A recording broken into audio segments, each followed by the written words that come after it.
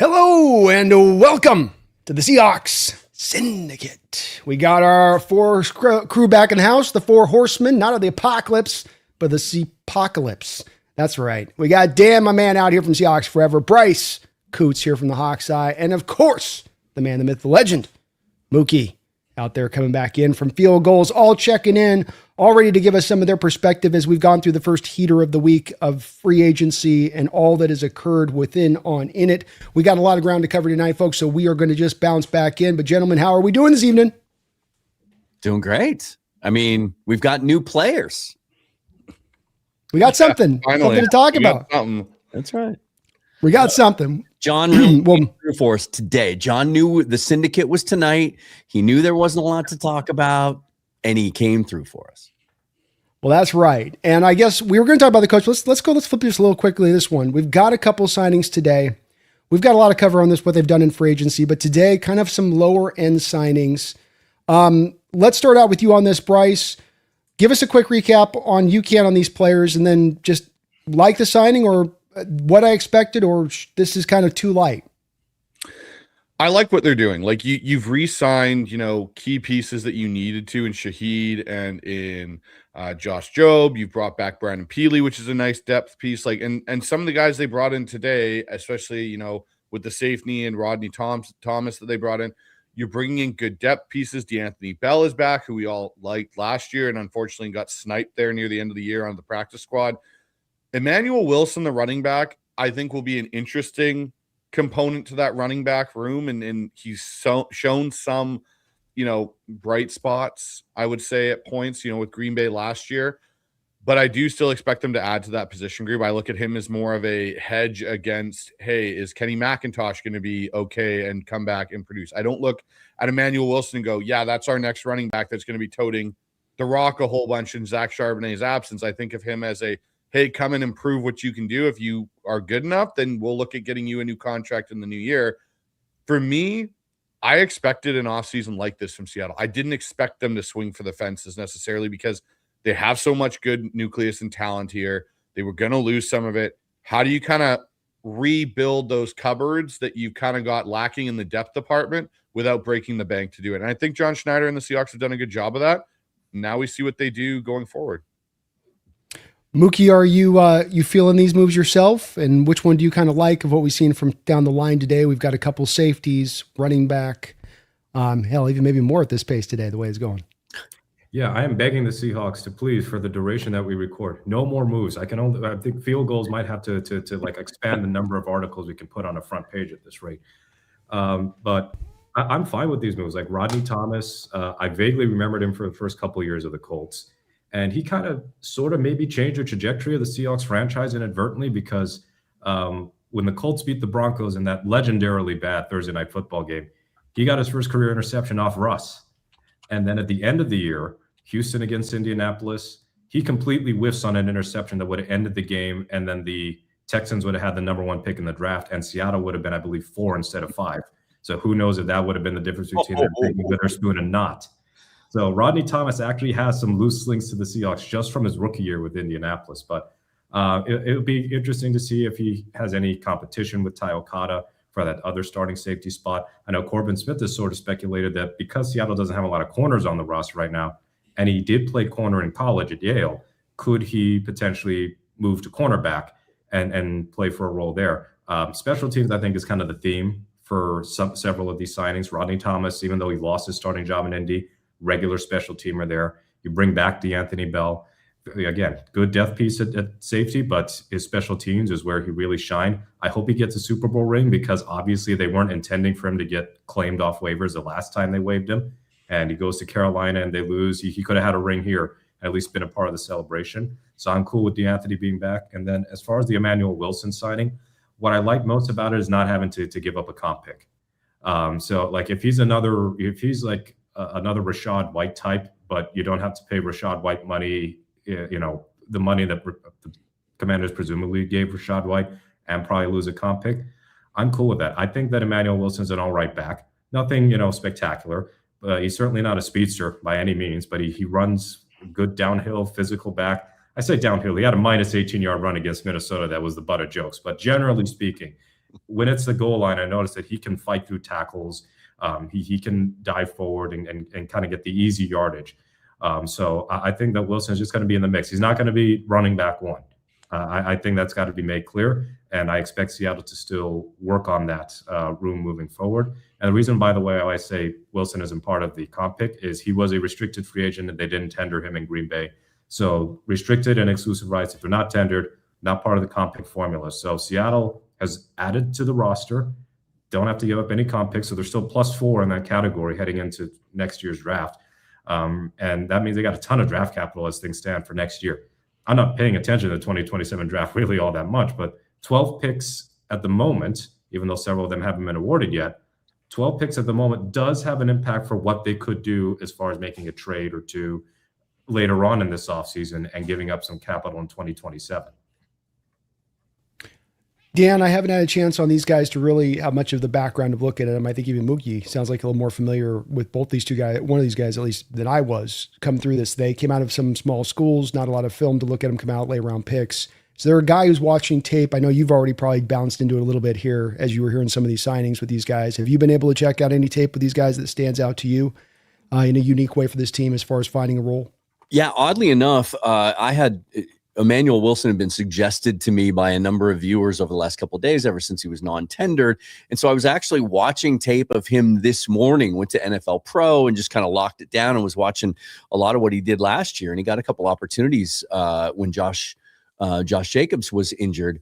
And I found it fascinating today, listening just an hour ago to John Schneider on his radio show, talk about how he gives us something that we don't really have and haven't had in a while. I mean, this is a compact, stout ball of muscle. He is a hammer. And that's really what I was looking for. I've been all over Twitter the last couple of days saying, look, out of this veteran free agency period, however we go about doing it, I want a meat and potatoes running back. I mean, that's what would make me feel the best right now. And then we could look at the draft for someone with some more upside. Right. And we were all in Mobile together and we saw that this running back class is pretty good. It's not as deep as last year. There aren't going to be 33 running backs drafted like there were last year, but there's 10 to 12 guys that we can feel good about. So I was watching the tape this morning because I was intrigued and I thought, man, this is exactly what I think they need to add right now.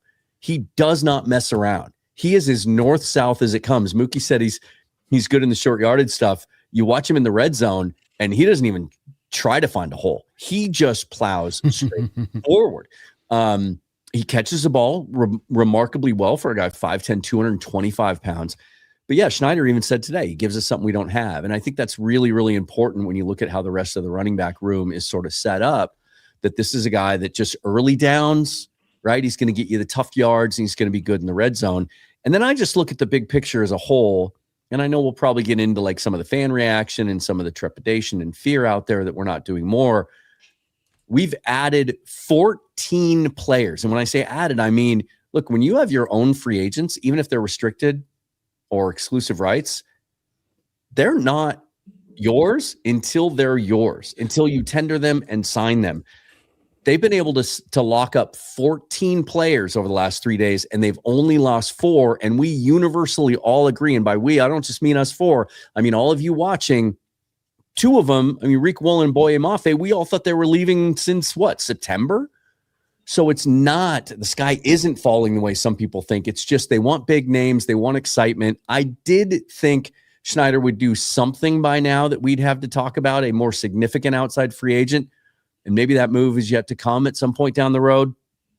But the restraint, I think, makes sense given what you're showing on the screen right now, because it is not usual. It is not typical for a team to win a Super Bowl with the 3rd youngest roster in the league and then keep together almost the entire foundation. Usually those teams are aging. They have a bunch of guys that are going to walk. 13 out of 16 players on defense that played over 400 snaps last year coming back. 10 out of 10 on offense that played 700 snaps or more coming back. And the only one on offense not coming back is the running back position because they split carries. That's a good offseason. And we're only sitting here at March 12th with cap space, draft picks, and 500 free agents still out there yet to be signed. Good points all the way around, Dan, and I can't do nothing but echo the exact same thing from my end of it, in that I think that this team, you've retained most of what was important to retain. It's not without some losses, but you still got that money in the bank. I don't want to prolong the talk on these guys today because some of them are flyers, some of them are giving you, I think on the Emmanuel Wilson thing though, Dan did touch upon something that I want to just pivot quickly to you, Bryce, upon, and the X's and O's side of this, because this is where I thought McVay was very smart ahead of the curve. We get to these 4-man fronts in football with a lot of the nickel looks and cover 2 shell. And then with that, we also get these unique fronts that are a little bit typically stretched out unless teams go to base. And so what I thought the Rams did a good job of within this is they reinforced the beef in the middle, 1,000 pounds of beef in one offseason, and then Kyron Williams downhill type running back. When you have a defensive line stretched out, Dan, and I have a hammer versus the skitterish, jump around, make a bunch of moves, but I got a pure and utter hammer, and I think we all agree Zach's good. He's a good downhill. He can be a hammer at times. He's not a full-on, he's kind of a combination of some things. What does it do to a defense, though, with this new fronts in the NFL, with this kind of back, as John Schneider said, like Dan said on his interview, that we haven't had this kind of guy, to John's point on this? It certainly changes things because now, one, you don't necessarily have to do as much of splitting of carries as you would otherwise. Like, to your point, Brandon, last year we saw split carries for K9 because duration on health, right? Can he stay actually healthy? And they were so contrastually different in their styles of running.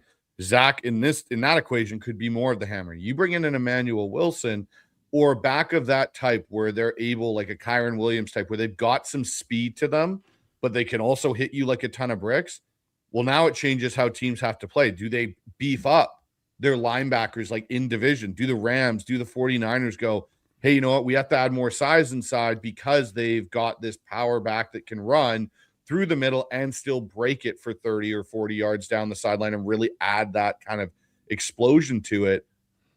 As an offensive play caller, it's great because now I sit there and go, cool, I don't have to scheme my run game as much. I can just go, okay, this guy's going to get 20 carries in this game. Awesome. I know that he can run all 20 different things. We can run the outside zone, but we can now also bring him in and have him hammer it between the tackles. And you've seen that with what McVay's been doing with his running backs and with that offensive line. When they had Todd Gurley wasn't really a power runner. Like he was a bigger back, but he really excelled in that outside zone, right? Let him get the edge, turn it and go, which is what we saw with K9.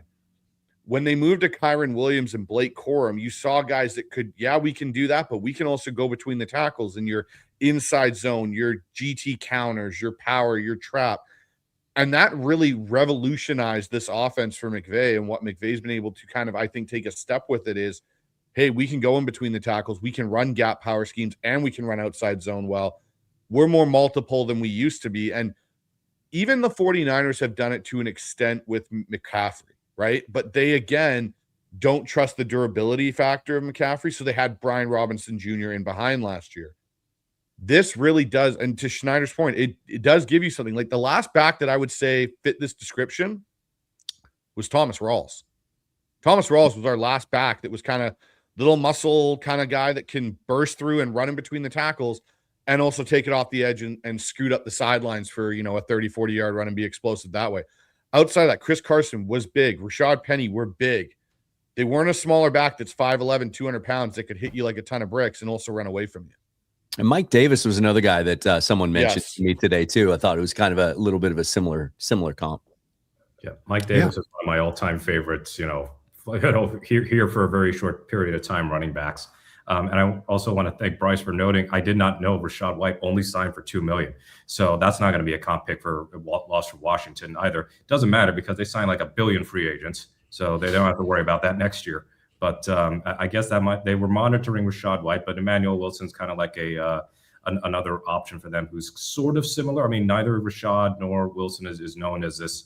You're not going to see the huge runs like K9 was capable of, but in terms of being able to fall forward, being able to plow through defenders, being able to at least be good in short yardage, I think Wilson will provide that. And he's got less tread on those tires because he didn't play much in his first year. And he was still a backup in years 2 and 3. So like 260 something carries over 3 years. He's 26 years old. These should be his lean years. Yeah, it seems like a little bit Mookie that maybe they went for the little bit more measurable upside for what you get with Wilson versus the floor of the third down back that you would have gotten in Rashad if the price was all equivalent. Seems like they're sort of saying that a little bit because you could have easily beaten out that offer unless you just didn't want to come here, being Rashad White. But not a bad consolation prize on that side of it. Fellas, we did get a little bit of sub-breaking news on this out the rip here with the coaching staff getting finalized just before the start of going live today. So when I look at this now very massive coaching staff, look at the massive coaching staff on that team. Would love to hear your thoughts, Dan, on what you kind of take away and taking a look at some of these roles that are being served and how this thing has all fitted out, able to retain a lot of guys despite the fact we lost Kubiak off the staff, which was good. What are your takeaways here off looking at this coaching staff? Yeah, my first takeaway is that I was told by many, many Raiders fans that we were going to lose our entire offensive coaching staff when they hired Clint Kubiak, that we were going to lose John Benton and Jake Peets and Justin Out. They were all going to go. They're going to raid our coaching staff. So I kid. I think the fact that all we lost was Andrew Janocko, and Clint Kubiak and Rick Dennison, who I honestly I didn't really count him in a way, right? He was kind of an extra coach that kind of gave him extra responsibilities. I always kind of felt like he just sat in an office somewhere and answered questions when people had them. That's kind of what I thought Rick Dennison's role was.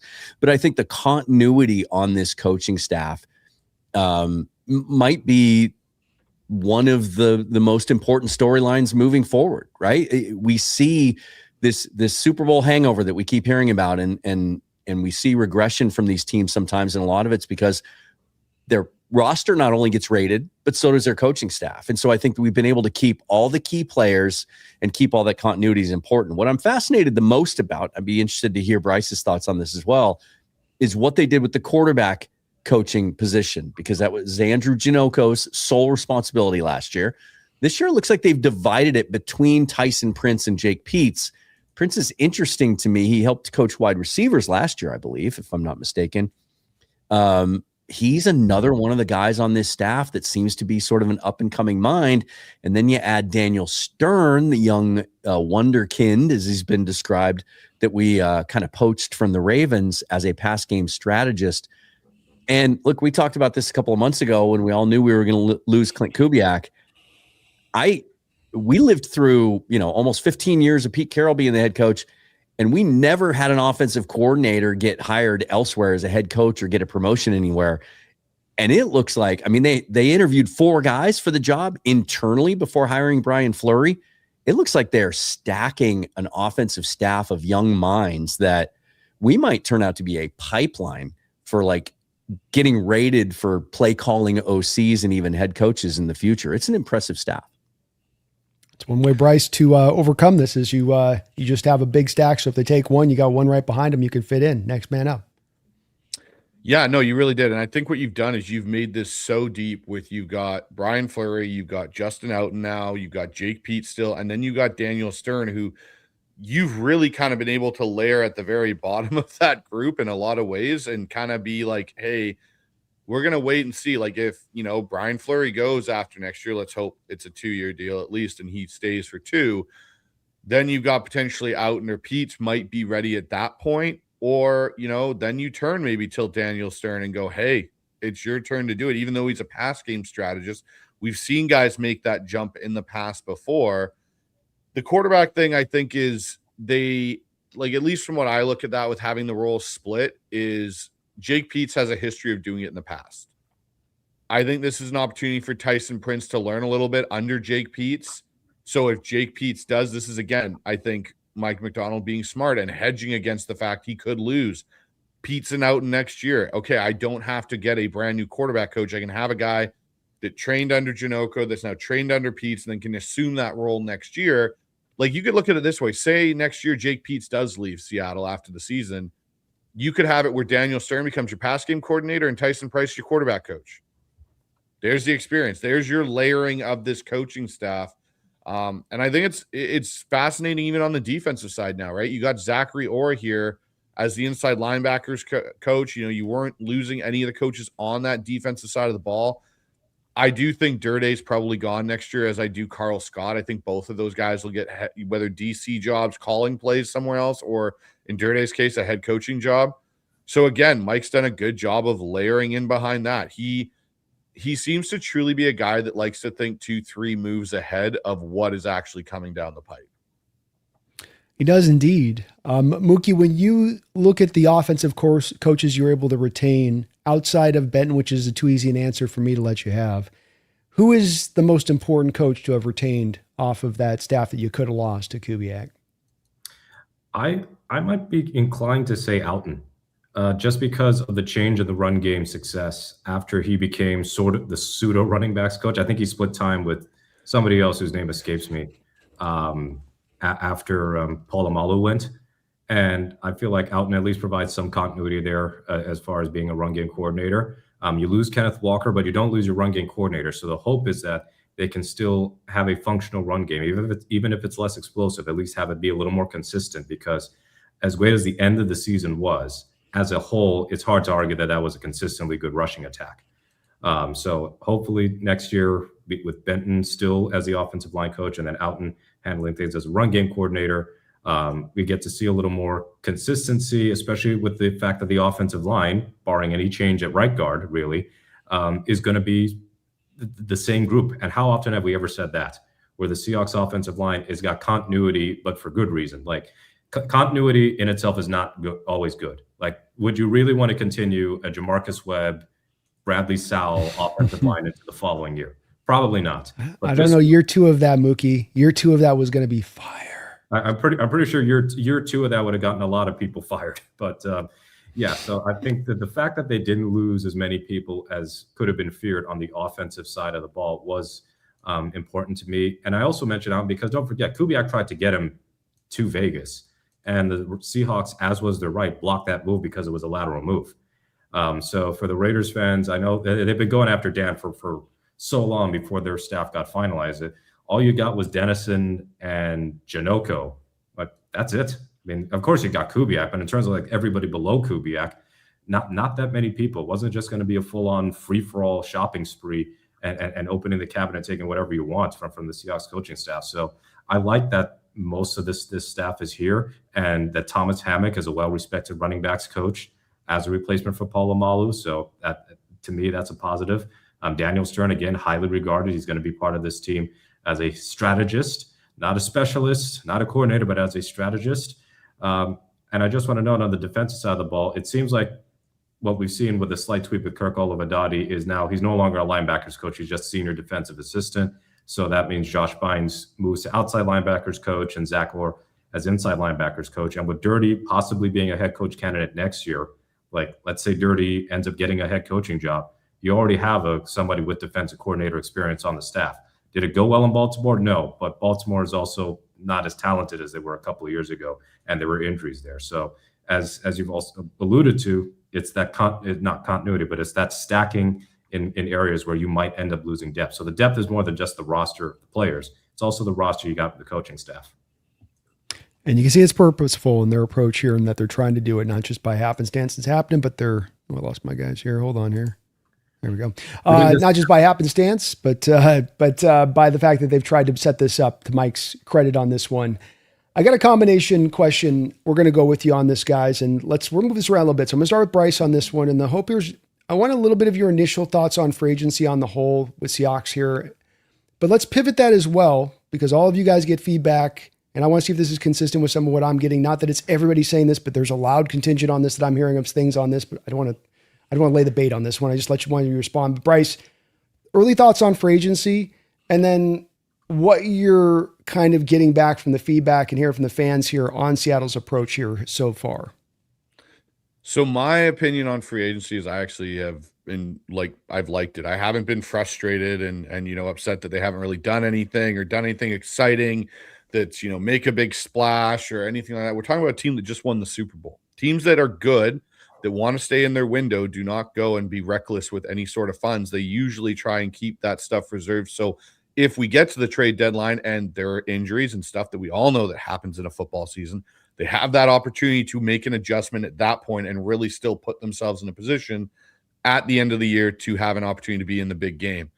The thing I've been getting a lot of, though, is why aren't they doing anything? You know, the meme of the stick person trying to poke something. Like, why are you not doing anything? Do something, act. Like, you know, that little kid that's impatient.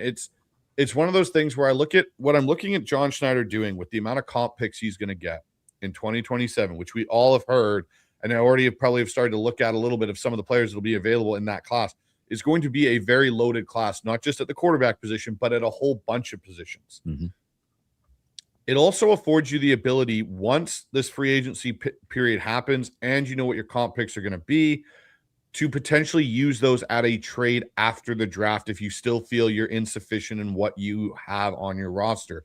Say they come out of the draft and they don't get a Mike Washington or a running back, or, you know, any of these other players that are potentially there, and they go, hey, we want to go get Devin A-Chain out of Miami. Well, now they have a little bit of capital to go do that in a trade situation. It's, for me, I get why the average fan or the fan that's really passionate wants to see their team do something, because they see all these other teams doing things. But at the end of the day, all those other teams are trying to be what you were last year. And if one thing holds true, and it seems to hold true all the time, teams that make big splashes and spend a whole boatload of money in free agency don't tend to end up being where we were at the end of last year with the Lombardi in our hand, celebrating it on a rival's home field. Dan, what have you been kind of getting on that same front of things, and your thoughts as well? Yeah, I'm in the same boat. Look, I have fandom inside me too. I get excited about big moves and big names. We've talked about Max Crosby here for months, and you know, you wake up during free agency Monday, Tuesday. I know, especially Monday, I was up early and couldn't wait for the clock to change. It was scrolling all day. And you hope to see something that surprises you. You hope to see something you're not expecting, right? Oh, geez. But that isn't the smart way for this team to move forward. And I understand that. And I think they're in a unique position because, as I said at the top, it's not often that you come off a Super Bowl with such a young roster and are able to retain so much of your core. And I think too much emotional energy has been spent lamenting the four that got away. I understand it from an emotional standpoint because we get attached to these players, right? Sports means something to us. But from a pragmatic standpoint, and from a football, like a roster building standpoint, every single year when you're a good team, you're going to lose players that sting a little bit. You're going to have to make some tough decisions and allow players to leave every year that are going to sting a little bit in order to keep this thing running. And what's remarkable about the situation for John Schneider is he's seen the other side of it. He's won a Super Bowl and then gone out and tried to make the big move to take us to the next level and dominate. And that didn't work well, right? The adrenaline, the testosterone approach to free agency didn't work out great. And not necessarily with free agency, but with trades and going out and trying to get big name players. And so I think this philosophy is more sustainable. I think it's really smart. I think they're looking 2 and 3 years ahead, and everyone just needs to relax. This is the best in the sport. He's the best on the planet at doing what he does.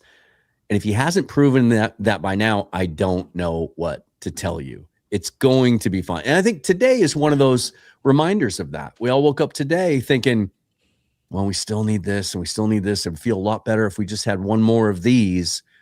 And look at the work he's doing. This is where Schneider really shines. Now he goes to work. And I think from this point forward, fans are going to love what he does. Mookie, along the same lines, but I do want to kind of know from you too, if you are hearing a similar feedback and what you're seeing in the comment section out there in Field Goals. Is it surprising to you that, and again, it's not a majority, but both of these two guys are hearing what I'm hearing, which we're hearing it. Isn't it kind of surprising to you that there's a little bit of this lack of faith to John and how the outlook is by some in this fan base, being that you did just come off of Super Bowl victory that you won comfortably? I think the fan base has got a little bit of memory loss going on because, like, this isn't our first go around with the Seahawks having not a whole lot of involvement the first week of free agency.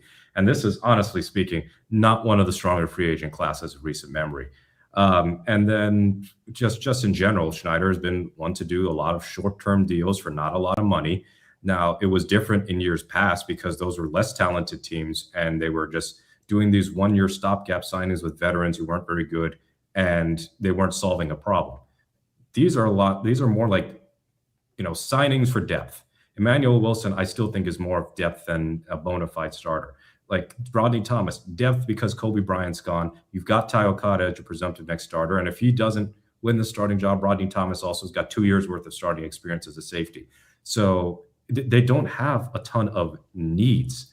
Now, I think that if it were up to me, I would have been a little more aggressive as far as replacing Walker in free agency with somebody like a Tyler Algier, and then getting somebody in the draft. But I still believe they'll draft somebody. They'll draft a running back. They've got a lot of guys as is right now with Charbonnet on the mend, and Schneider was coy about it. He's not giving a timetable for a return, but I wouldn't be so presumptive into thinking Charbonnet's gone until like November or anything. So we still got to figure that bit out to determine how much they really want to push at the running back position. But I guess a lot of the concern is because of what the Rams did. The Rams came out swinging. They trade for McDuffie and extend him, and then they signed Jalen Watson from Kansas City. And it's like, oh boy, here, and they extended Cam Curl. So you're looking, oh boy, here come the Rams. We got to respond and do all this and that. There's no guarantee. There's no guarantee Matthew Stafford's going to have another MVP level season. Like he's an aged quarterback. He's still a brilliant quarterback, but like he hurts his back again or something, or like he shows signs that he's declining. And that Rams team is not going to be nearly as fearsome. I'm fine with the way free agency has gone so far. And I think part of it is because of the guys they kept. And by that, I mean the Shaheed signing. We weren't really expecting that when we were here last week. And not only did he resign, but I think the contract is pretty reasonable for a guy who could be your second wide receiver over Kupp this year. It means that you're not creating another need in the draft, or not creating another need where you have to sign another receiver in free agency to replace Shaheed. Instead, it's really just running back, another corner, and edge. And, you could do a lot worse than that. We're kind of assuming Tank Lawrence is going to play. He's not going to retire. Jonathan Hankins was on Brock and Salk this morning, kind of calming everybody down because he's been buds with him. Again, the Seahawks are in a good spot because they have so many guys under contract, not just for this year, but for multiple seasons. So like everybody just simmer down, y'all. And I would say wait until April 27th or whenever the draft ends, the Monday after the draft. The comp pick game is over for everybody, and you might see this second wave. And I think you're going to see it league-wide too, because the Jaguars GM, I forgot his name, is Gladstone? Yeah. Okay, so he just came out and said it today. Just said it. Like, yeah, we want those comp picks for next year. Yeah. So if a lot of teams are going to do that, then you might see a lot of the free agents right now on March 12th still be unsigned on April 27th. So there's still going to be some room to maneuver in due time. Amen. Amen. There will be. I know I said we're going to touch on this subject a little bit later on, but I'm more interested to want to kind of get your guys' thoughts with it, because I've got some thoughts too with it, and I want to kind of make sure I want to get us onto the same page with it, or hopefully maybe we all can come to some kind of close conclusion to this. Now, Dan, somebody came in my chat earlier today when I was live streaming and said, well, they've came out and said this, there's no way he's available anymore. And I don't know if that's true on it. People sometimes paint what people say, but the Crosby deal, of course, is back potentially in play now. The Baltimore Ravens, you guys know the story. Everyone knows out there. I want us to first start from the same page on this. Number one, there's nothing outside that's wonky on the need that they found. I don't care if they got a country worth of doctors to take a look at it all at the same time. This is obviously them pivoting to Trey Hendrickson. Nobody after meniscus surgery a month and a half is going to run a clean medical evaluation. Yeah. So let's just start from the first place. And nobody's like, well, I mean, they didn't see anything. So yeah, is there some risk on the knee? Sure, there's some risk on the knee. But let's look at this deal for it hasn't changed the parameters of the deal itself in the respect of, aside from the value's dropped. It's no longer 2 first-round picks. So Dan, let's start with you on this, on your thoughts and where you're at on kind of the Crosby thing and understanding what we've done in free agency now through the first wave. What do you think about where we're standing on this? Are you willing to make a move for it, knowing the price is not going to now bake into that future first-round pick here? Give me your thoughts. First of all, I don't think anything happens for a while because the prices drop, because there's so much uncertainty around the league. And so I think it's smart now for the Raiders to hang on to him at least until they can provide some more optimistic updates about where he's at. And a couple more months into his rehab, which he was in the facility the next day at 6 a.m. doing after the trade fell apart, that then, teams can go do new MRIs or whatever and see a better picture. I will say this. I have over the last month or so have had a Seahawks source that has become increasingly trustworthy to me. And he reaches out to me. He offers things unprompted. He's not someone, he's connected to several teams around the league. He's not someone that I'm prodding for information. He told me 48 hours ago, there's no way in hell that Max Crosby is on the roster when the season starts. That bridge has been burned. They'll still find a way to move him. His tune changed today. He said that Crosby's announcement that he wants to stick around caught the organization by surprise. And they're now kind of trying to work through that. The remarkable thing here is that even after they had to put him back on the books unexpectedly, they still have cap space. They can carry Max Crosby on their roster. They didn't back out of any deals with other free agents. They can just leave him there. And so I do think it behooves them to hang on to him until there's a clear enough picture that that knee looks good long-term to alleviate some of the concerns that were brought up by the Ravens, legit or not, so that they can maximize his value, because this whole thing can change again. In 3 months, his knee looks great. He's running full speed and he has a clean MRI. Suddenly he's worth 2 first-round picks again. So maybe something happens closer to the draft. Do you think there's a team that will give them 2 first-round picks down the line on this one still? Like that value goes down and then goes back up because he's not having an ACL surgery here. This is meniscus. You can look at this and you can understand that this isn't something that he's not reconstructing the whole knee from start to finish. Meniscus often it involves cartilage, and that's a whole different ballgame. And that's kind of what we're talking about here. There could be arthritis involved. There could be some degenerative issues that crop up. And that's at least what the Ravens are kind of leaning on is their reason for being concerned about this, because the reports were he'd be fine for 2026 most likely, but then you wonder what comes after that. How many stories have we heard in the past like this, right? Like Tajay Spears when he was drafted a couple of years ago. He's got no ACL, right? We've heard that about some other guys in the past, and then they go on to play 10-year careers. And even John Schneider said it today on his show. He said every team has different ideas about what scans look like and what they might mean. He was kind of coy about it. I don't know about 2 first-round picks. I think given this, maybe you're talking about a second first-round pick being in play, but having it be conditional based on, vesting snaps and games played and things like that. I don't think it matters. I don't think he finishes his contract in Las Vegas. I think it's just a matter of whether they can find a taker before the season starts.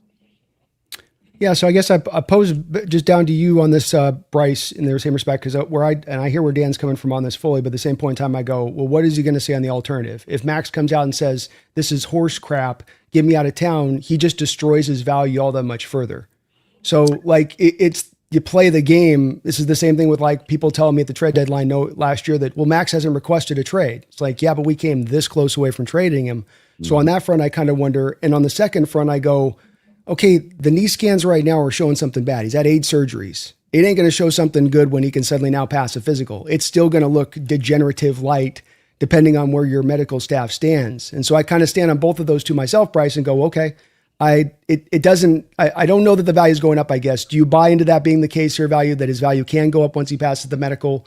Are you willing to jump in the fray? And you didn't answer, Dan, by the way, whether or not you would be willing to jump in the fray outside of 2 first-round picks. No. So would you if you knew that was less? No, I would not give up 2 first-round picks for Max Crosby. No. If it's less than the 2 first-round picks, so if we're talking a first and a day 2 pick down the line, and I'm still in on him. Yeah, you're in. Okay, I wanted to make sure. That's why I wanted to get the clarity on that. Bryce, yeah.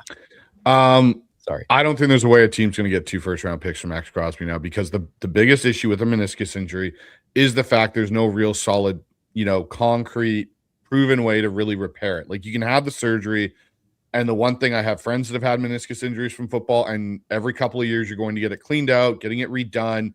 It just never really ever goes back to what it was prior to the injury. So in the case of Max Crosby, to your point, Brandon, he's already had 8 surgeries. You're most likely probably going to get a first-round pick if he plays well in that first half of the season and he sticks around. You're probably going to get a first-round pick.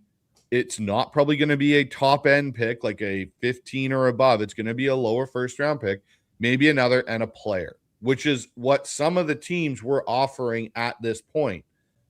And for me, I would be willing to consider it. I'm not necessarily out on Max Crosby, but I also look at it and I go, okay, he's a game wrecker when he's healthy. How much are we going to get out of Max over the next couple of years where, say, in the 2027 edge class, there is a guy that you may identify that you really like that is 23. And yes, he may not instantly give you that impact, but you have a longer outlook of potentially having him be a top player in your scheme. And so, again, the whole thing, I'll say, it's all shenanigans. Like, Baltimore realized they wanted Trey Hendrickson because they could keep their first round pick. However, it's unfortunate. Yeah, bullshit. No. You guys realized you could get out of this before the league year started. You found your way. Oh, his knee's horrible. And like, basically, I've seen memes of the MRI scans where it's like, oh, look, his foot and leg don't even are attached anymore. That's why they got out of the deal. Like, come on, just be honest. Okay, we got out of this. We got cold feet. We didn't want to commit to a guy that we aren't sure about long term. And we can get our first round picks back and build our roster that way. From the Raiders' perspective, like Dan said, they get to keep a player that does love being a Raider. Like, that's one thing I think that's kind of in this whole story, I think is getting misguided or misrepresented. Max Crosby loves the Raiders, just like Derek Carr loves the Raiders. He isn't a fan of Tom Brady and Guerrero. That's the problem in this situation. If those two are not in this equation, Max is not asking to get out. That's the biggest problem the Raiders have. If they want to fix their organization, get rid of Tom Brady, get rid of Alex Guerrero, because it's no different than any other time someone's come into that organization from New England, or New England players or representative gone out elsewhere like Josh McDaniels. They ruin organizations because they try and do things the way Bill Belichick does. It doesn't work, and now it's going to blow up in their face. I think Max Crosby plays half the season for the Raiders, and then someone comes calling and gives him a first-round pick at the trade deadline, and Max Crosby's playing somewhere else. I would do it if I view Seattle has an edge problem. If we go into this year, we get to that trade deadline, and Seattle's worse off than they were last year because Tank can't replicate what he did, which, again, I think that's one thing we got to take into consideration. Yes, Tank may come back, but I don't know if Tank's going to have the health that he had last year or the production necessarily that he did last year. I think last year was almost like a renaissance season for Lawrence. Well, don't you have an edge problem then already then? Boy is out the door. Uchenna is wildly inconsistent, and then you're not as confident by what you're saying that you're going to get DeMarcus Lawrence giving you back, replicating what you even got last year, which was as good as a year as it was, giving you just bare minimum enough really for the edge as far as pressure rates go at the very least. Potentially. I look at it and I go, what the price they may ask for right now compared to what you may be able to get later on, it might suit you better is all I'm saying in this situation. And I agree. Like, that's the thing. Like, you could go there right now and be like, hey, we'll give you a first and a third in Uchenna Nwosu. And they may take that, but that may hurt you in a longer term sense because you still don't know what you're going to get with Max. I'd rather see Max come back, play a few games, and then go and potentially look at that option and be like, okay, hey, you know what? We really noticed we didn't get anything in the draft that really, we didn't get a Derek Moore. We didn't get one of these guys to help us out. Now let's go revisit this in week 3 or week 4, even before the trade deadline, and go, hey, okay, now let's make this deal. We've seen Max play a bit. I think it's a completely fair point. And Mookie, I want to get your thoughts on this. I just want to add on top of this that I said back at the trade deadline that they need to make the move now because this is when you're maxing out your returns. That's proven out to be true. I looked like I was wrong for a moment there where they got a couple first round picks, but I was proven right on that. You would have gotten 2 1s at the trade deadline. I don't know how the Raiders looks at this situation and say 2 months down the line, we're going to get more with less teams having less money to spend. We're going to get more assets on that versus can I maximize my assets right now before the draft and getting that? And I logically say, yeah, the answer is they can, and they're not going to get more a couple months down the line. So I love your scenario, Bryce, but that scenario may not be on the table for us here as a presumptive. It is great, but if it isn't, Mookie, where are we standing on this? Well, I just want to point out in the comment section, don't know whose stream it is, from Seahawk Daddy. I want the Seahawks. I want to offer the Raiders 3 firsts and JSN for Crosby and then pull it back at the last minute. That would be like that's like, Lucy holding the football for Charlie Brown, but a more extreme version of that. So what the Ravens did was not illegal, at least to our knowledge. It's kind of crummy the way it happened. It's the old you're not wrong, you're just an asshole. It's that exactly. That's what we're going for here. It certainly made things a little more entertaining for us because now we can get back to the Max Crosby, could he be a Seahawk discourse. I think that ultimately if he gets moved, there will be another team like, say, Chicago, if they've got the cap space. I mean, they've certainly moved off from quite a few guys that would be interested in getting Crosby because they just don't really have a good edge rusher right now that you could really depend on. But I don't rule out the possibility that the Seahawks try and make a swing at a pass rusher. If it's not Crosby, I think it would be Grenard. And Grenard is at least, he's got his own injury thing, but not nearly to the point where we're worried that his shoulder's going to fall off. So like Grenard might not be as good as Crosby historically, but I doubt he costs a first-round pick. You could give up a day 2 pick. You could really kind of, as mentioned earlier, that's where all these 2027 picks that you have might play a role in any trades that you want to make. No doubt in my mind, Crosby is a super talent, and Pete Carroll ended up being right as far as shutting Crosby down.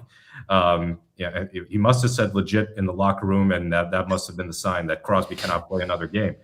But I just think that if Seattle hadn't won the Super Bowl, there would probably be even more of a demand to get Crosby. Like, man, didn't win the Super Bowl, is probably that lack of a pass rush against the Rams. Stafford barely got touched. We need to make this trade to take us over the top. Well, they won the Super Bowl, and the only pass rusher they've lost for now is Boye Mafe, who was 4th in the rotation, if we're being honest. His snap counts dropped once DeMarcus Lawrence got signed and once Chenna was healthy. Now, I think they're going to keep Chenna because even though he might not be the most standout pass rusher, I know that cap hit's now like 3rd highest. Like, he's still a very valuable run defender. So if they can keep Tank, if they can keep Chenna, Derek Hall can hopefully have a breakout year where he's got more than 2 sacks on his ledger. That 4th guy is really all that Seattle has to worry about. I guess one factor here would be is if they trade for Crosby or if they trade for Grenard, would Chenna essentially be a part of the deal? That's kind of like the one thing that I'm thinking about. Like, hey, here's this expiring contract of a guy who's been good. He just came off a pretty healthy season, and we can upgrade from Chenna. And in my opinion, Crosby is still a very underrated run defender. But I think that Schneider's going to be sniffing around for sure. He's going to keep his finger on the pulse as far as Crosby. He's not going to cost 2 firsts again, just because of what went down. And I believe Crosby still gets moved. Will he get moved during the draft or close to it?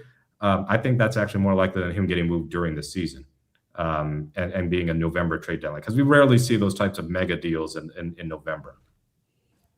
True enough. I do think Grenard wouldn't cost you Chenna. Chenna doesn't go because that's part of a cap relief move for them moving Grenard. But let's get a yes or no on this. Yep. And I'm gonna make this uncomfortable for you guys. You don't get to do I want the fun market prices here. I don't have to bleed a little bit because you're all saying kind of tacit yeses. I'm getting a lot of like milk toast yeses, some lukewarm yeses. Give it to us. It's going to cost you a 1st-round pick in this year's draft.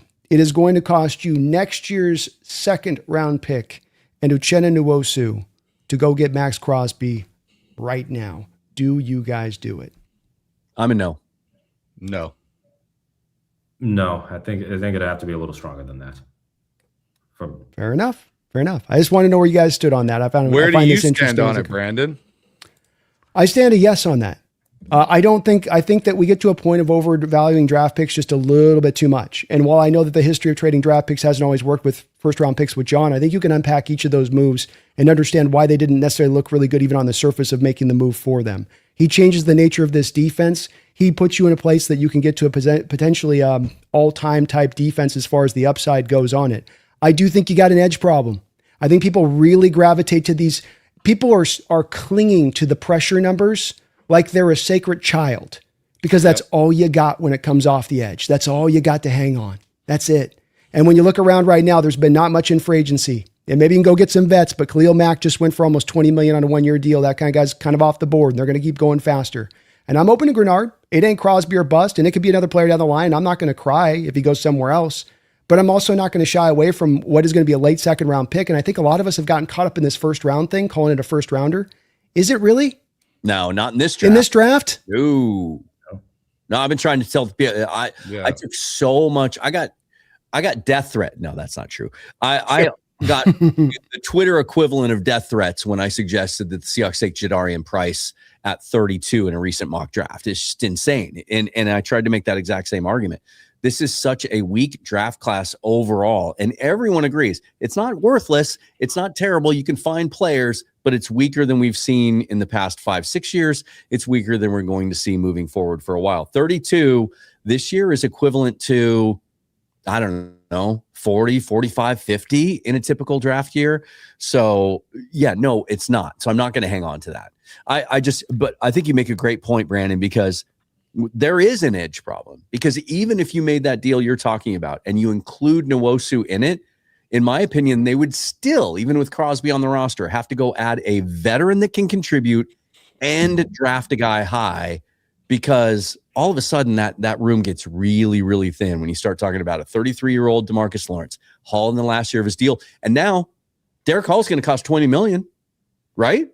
If Boye Mafe gets $20 million on the market, Derek Hall's going to get $20 million on the market. And then you have,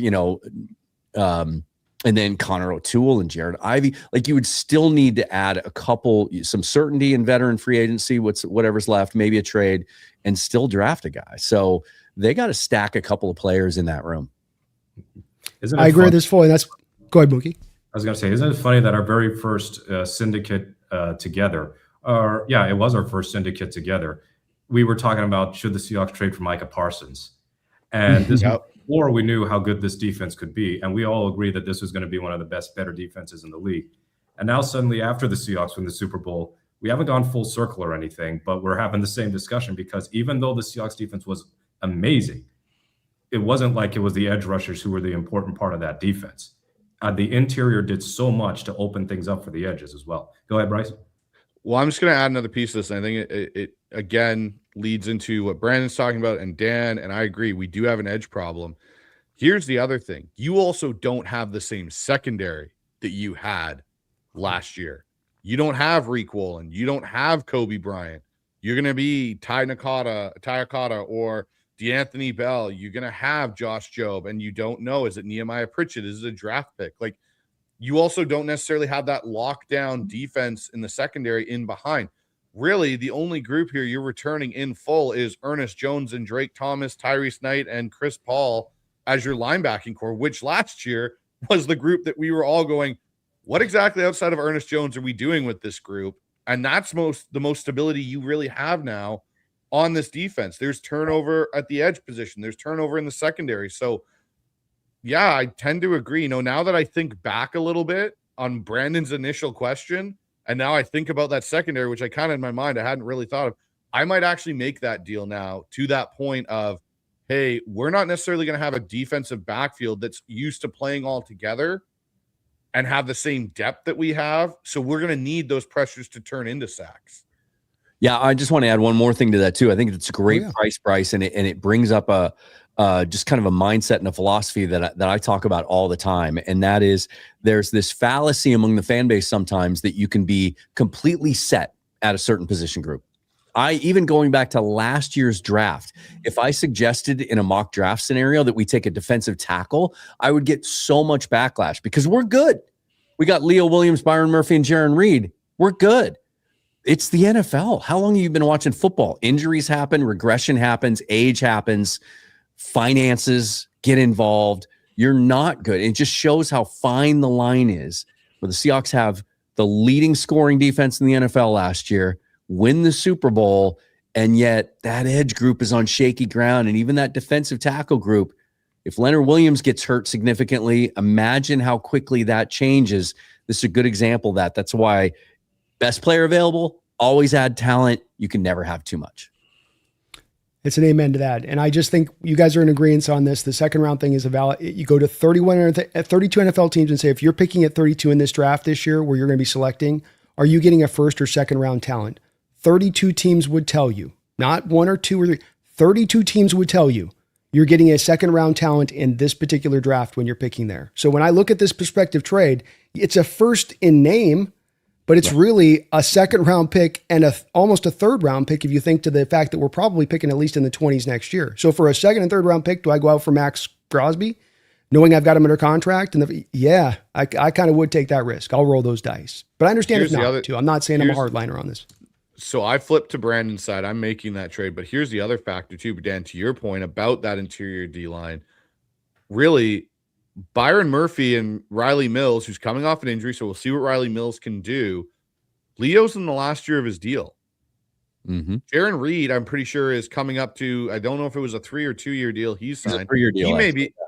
Yeah. So, like, who knows if Jaron Reed plays after this year? He might finally hang it up and say, I'm done, I'm tapping out. Mm-hmm. And you still have to figure out if you're paying Leo. So really, you only have 2 D tackles and Brandon Peely now back on your roster. Like, that's another huge shift. Like, this is where I think, you know, to Brandon's point, if you bring in that player for what you're actually asking to pay for it, even though there's some injury risk there, and yes, the long-term factor of it, you may only get 4 years out of Max Crosby.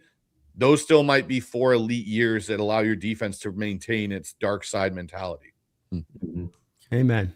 Amen. Let's start with a fun question on this one to you, Mookie. Give me 2 teams that you think have, quote unquote, won for agency, and it could be in value. It doesn't have to be who spent the most. 2 teams that won for agency, 2 teams you feel like maybe lost, or a team you feel like lost for agency, was just off their rocker crazy. I think as far as like, I'm going to go with the loser side first because it's always good to be provocative. I think that the Titans are just doing whatever the hell. I mean, I like the John Franklin Myers signing, but like they spent north of $250 million collectively in free agent contracts. Like Wan'Dale Robinson's all right. But like there's just not a lot there that I think makes them better as a whole. I think their defense will be better. Like they got Jermaine Johnson and they've got Franklin Myers, as I mentioned earlier, and they've seemingly had like a string of secondary additions. Like I think they signed Cordell Flott and a couple other people. I think they signed somebody else from Kansas City. Kansas City basically lost their whole secondary. So Alontae Taylor, I think, is you're thinking they got from the Saints. No, it wasn't New Orleans. Yeah, it was Alontae Taylor at $20 million a year. And while I think he's a good corner, I don't think he's like a top market kind of guy. So I think this is one of those areas where, yes, Tennessee had to spend money because like that's a very talent poor team, but I don't know if they necessarily spent it in the best way. And I would argue Kansas City, even after signing Kenneth Walker, did not make the most out of free agency because of how much they lost defensively. Like you traded McDuffie because you probably weren't going to pay him fine, but you lose McDuffie, you lose Watson. I think they lost Leo Chenal to the Commanders. Like Chris Jones is kind of on the decline, or at least that's how we looked last year. I think that defense could be in for a significant drop-off, which means more pressure on Mahomes, more pressure on Walker, essentially, to be that main playmaker for Kansas City. And they still don't really have, to me, a plus receiving group, especially if Rashee Rice is going to be in legal trouble pretty much every week. So I don't feel like Kansas, just because they signed Kenneth Walker, I don't think that means Kansas City's back. In fact, I think they're going to have a hard time getting back to the top in a division as good as the AFC West. As far as teams that I think did well in free agency, I actually like what New England did. And New England, of course, has got this whole, schedule merchants, this and that. I don't think they were, obviously they weren't 14-3 good. They weren't in Seattle's class. But I think they're a team on the rise. And to move on from Stephon Diggs and sign Romeo Doubs, the only worry is really just the concussion history. I think Romeo Doubs really fits schematically what Drake May also does very well. So I think he's going to be a good addition for them. And for a value pick, I think Kevin Byard, knowing they lost Jalen Hawkins, he's been one of my favorite safeties for a bit. I'm a fan of what New England did there. I'm seeing in the comments, Brian Cook went to Cincinnati. So yeah, Kansas City basically having to totally redo that secondary. Colts got fleeced by Daniel Jones. That was probably my other team. I don't know who they were bidding against to give Daniel Jones $44 million a year. I mean, yeah. Is Daniel Jones going to make $1 billion before he retires? He has surpassed Kirk Cousins to me as far he's as on the Kirk Cousins career plan. He's a bag getter with one playoff run in his career. Like it's unbelievable. I'm trying to think of another free agent winner other than the Seahawks, as far as obviously. And I'm kind of stuck on a second winner. It shows you how bad the money's been spent. Yeah, Carolina, I thought that they got a bit of a steal with Devin Lloyd to offset the fact that they paid Jalen Phillips way more than I thought he'd get. But as a whole, I think Carolina's defense could be a fair bit better next season. I don't think Evero is a bad defensive coordinator. I just think that Carolina defense just lacks talent at key positions. But you got J.C. Horn and Mike Jackson as a good cornerback group. Now you got Devin Lloyd to significantly upgrade the linebacker spot. We'll see if Jalen Phillips can live up to that contract and stay healthy, keeping in mind he blew out his Achilles 2 years ago. And Carolina has got something here to build off of, as opposed to thinking that this little run in a horrible division meant that they were, just an 8-9 flash in the pan. I think that they're on the right track for once. Dan, where were you at on the same note? I mean, I think we're all going to say the Rams. It's remarkable to me that we sit here, and trades are a part of it, obviously. It's remarkable that we sit here. It's March 12th. And in my opinion, like, their roster's done. It's complete. And I can't remember the last time we thought that about any team. Like, their biggest weakness last year was the secondary, and they addressed it by, first they extended, Quentin Lake midway through the season. They brought back Cam Curl, and then they went out and got the 2 corners. And, Jalen Watson was a guy, and not just because I'm a WSU grad, but I liked as an option here in Seattle if they lost Reek Woolen and wanted to replace him in free agency. So it's remarkable to me that they are where they are. And I do think, one of you mentioned it earlier, I do think that kind of leads into some of the fan unrest in the Northwest. Like, well, we have to answer that, right? Well, you don't have to answer it on March 12th. You only have to answer it by August, let's say. So I love what they did. And then, I'll jump in on the Carolina Panthers too, because that's one that I had in mind. And yeah, I think that's a lot of money for Jalen Phillips, but I like what they did in they went for quantity over quality, right? They had a couple of glaring needs. They addressed them. They paid handsomely for it. They're a playoff team last year, young team on the rise. I like that they added Jalen Phillips and Devin Lloyd. Now they have like elite players at every level of the defense, right? You add that to Derek Brown. You add that to JC Horn. Like, that's the makings of a pretty nasty little defense there. And then they're looking at continuity, I think, to bring that offense up. So those are my 2 winners. Losers, there's a couple. Like, I feel like the Detroit Lions have just kind of given up. I really don't know. Like, I kind of feel sorry for them. Like, they were sort of my favorite non-Seahawk team 3 years ago. I love the way they played and how nasty they were and how they're built. And it's almost like, did Dan Campbell jinx them by saying, well, we might not ever get back here again? Like, did he manifest that? Because they spent so much money on some of their top stars. It's kind of reminiscent of what the Seahawks did in 13 and 14. So they're not able to have the middle class. They don't have the depth, but yet they still have some big holes on their roster, and they're now not able to go out and fill them because they're paying so much money to a mediocre quarterback and because they've managed their cap so improperly. Like, you think Isaiah Pacheco and Cade Mays and Larry Borum is going to get you to the next level in what might be the second best division in football? So that's one. And then I had someone else. Oh, and then the Colts. I just, again, you already kind of covered it, Mookie. I'm not giving Daniel Jones a 3-year deal. I'm not giving him any more than a 1. And if he says, well, there's other options out there for me, then go take them, right? There's 10 former starters at quarterback on the free agent market right now, more than we typically see. I'd rather go with Kirk Cousins and draft a guy or sign another young bounce back guy, or try to develop Riley Leonard, then give 3 years and over $100 million to Daniel Jones. And then Alec Pierce, I know he was the hot name this free agency period, but $30 million for Alec Pierce. Especially you lose Pittman. Yeah, and you lose Pittman. I don't know. I don't know what they're doing there either. Bryce, how about you? Are you similarly aligned? So for me, if I had to pick my 2 teams that I think did the best so far in free agency, I'm actually going to pick one that we've just spent a bunch of time talking about. I'm going to pick the Raiders. I actually like what the Raiders have done in a way with their linebackers, with Dean, with Walker. They go out and yes, they overpaid on some guys. I will say Linderbaum, for example. But we know Kubiak needs that center in his offense, and they don't view Jackson Powers Johnson as that guy. They, went out and made, the deal to get Naylor as a receiver in there. I still think they need to address that. But this is the first time I looked at some of the Raiders' moves and I went, you're actually assessing and properly addressing them with some proper talent. And you're not just blowing money on aging out players or guys that are fast. Like Walker and Dean as 2 inside linebackers in a 3-4 defense are a good tandem. And they're both still relatively young, right? So I like what the Raiders have done. Obviously the Rams have done a fantastic job in that regard. Another team, I kind of like what the Cardinals did, weirdly enough. Like, as weird as it is, I see Brandon kind of rolling his eyes going there. I get the Algier.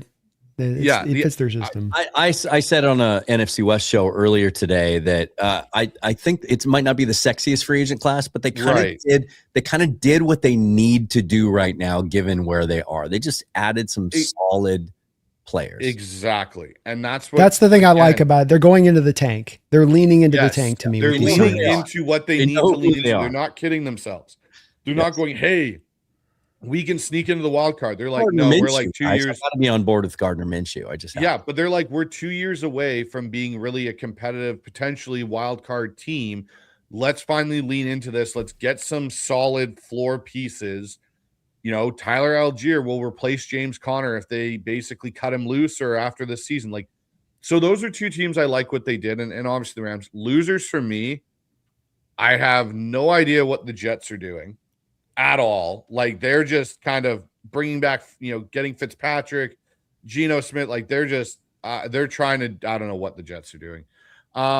Another team that I wasn't a massive fan of what they did in some respects is actually the San Francisco 49ers. I don't understand. Like, I get the appeal of Mike Evans. I do. He's a great receiver. One, I don't know how he's going to do with that substation. Let's be honest there. But part of it too is I look Ligaments at like are already loosening. Can't avoid. I look at it and I go, Mike's always kind of played well with quarterbacks that can get him the ball down the field and let him go do those things. I don't know if Brock Purdy can do that.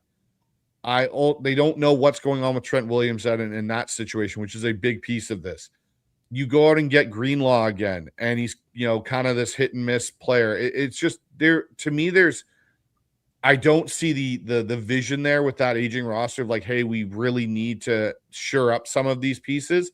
You've kind of spent like you've got the depth in behind, and I'm just kind of sitting there going, do you not remember the divisional round where we waxed you because you had no solid depth in behind, and it wasn't even a game that was worth really playing? Like, it was just, you know, and I'm not. Again, that's why I just look at it and I go, like, I don't think the 49ers had a good free agency. I saw one ranking, or, you know, everyone does their free agency grades now after the first couple of days. And I saw one national website that actually gave the 49ers an A, even though they didn't sign that many players, but strictly because of Mike Evans. And I thought, man, that's, you know, he's one of the best receivers of our generation. He's a first ballot Hall of Famer, right? But he has had soft tissue injuries his entire career. And, you know, anyone who's ever played fantasy football knows it's dicey having Mike Evans on your roster. He could win you your championship, but it could also cost it for you. And at the age of 33, to be putting that much, you know, giving them that much credit for that signing, that's dicey. They just signed Sorry, go ahead, Mookie. I like their trade for Odigizua from Dallas. Mm-hmm. That was smart. Like the Cowboys are insane for what they do with their defensive line, but Trent Williams might not be a 49er for much longer. And we have no idea what their plan is for a backup tackle or you know, a successor to Trent Williams. And Trent is still playing at a high level at his age. But if he goes, we know what happens when that 49ers offensive line is not pristine. And that can make life really hard for not just Purdy, but especially McCaffrey. I have breaking news. Yeah. Go ahead. We got little breaking news, but Derek Young has signed with the Las Vegas Raiders. Oh, there we go. Oh, okay. Okay. So we lost it. I thought it was a slam dunk that he'd be back, but okay. Well, I think the fact that they tendered Bobo, I kind of wondered, and the fact that they kept Shaheed, it was an either or. I do wonder if they keep Cody White, and if they don't, then maybe this is still an endorsement of Ricky White, because Ricky White could be like another Derek Young to me. He didn't really do a whole lot as a receiver in preseason, but if he can be that special teams guy to replace Derek, that's a good use of a 7th round pick as far as I'm concerned.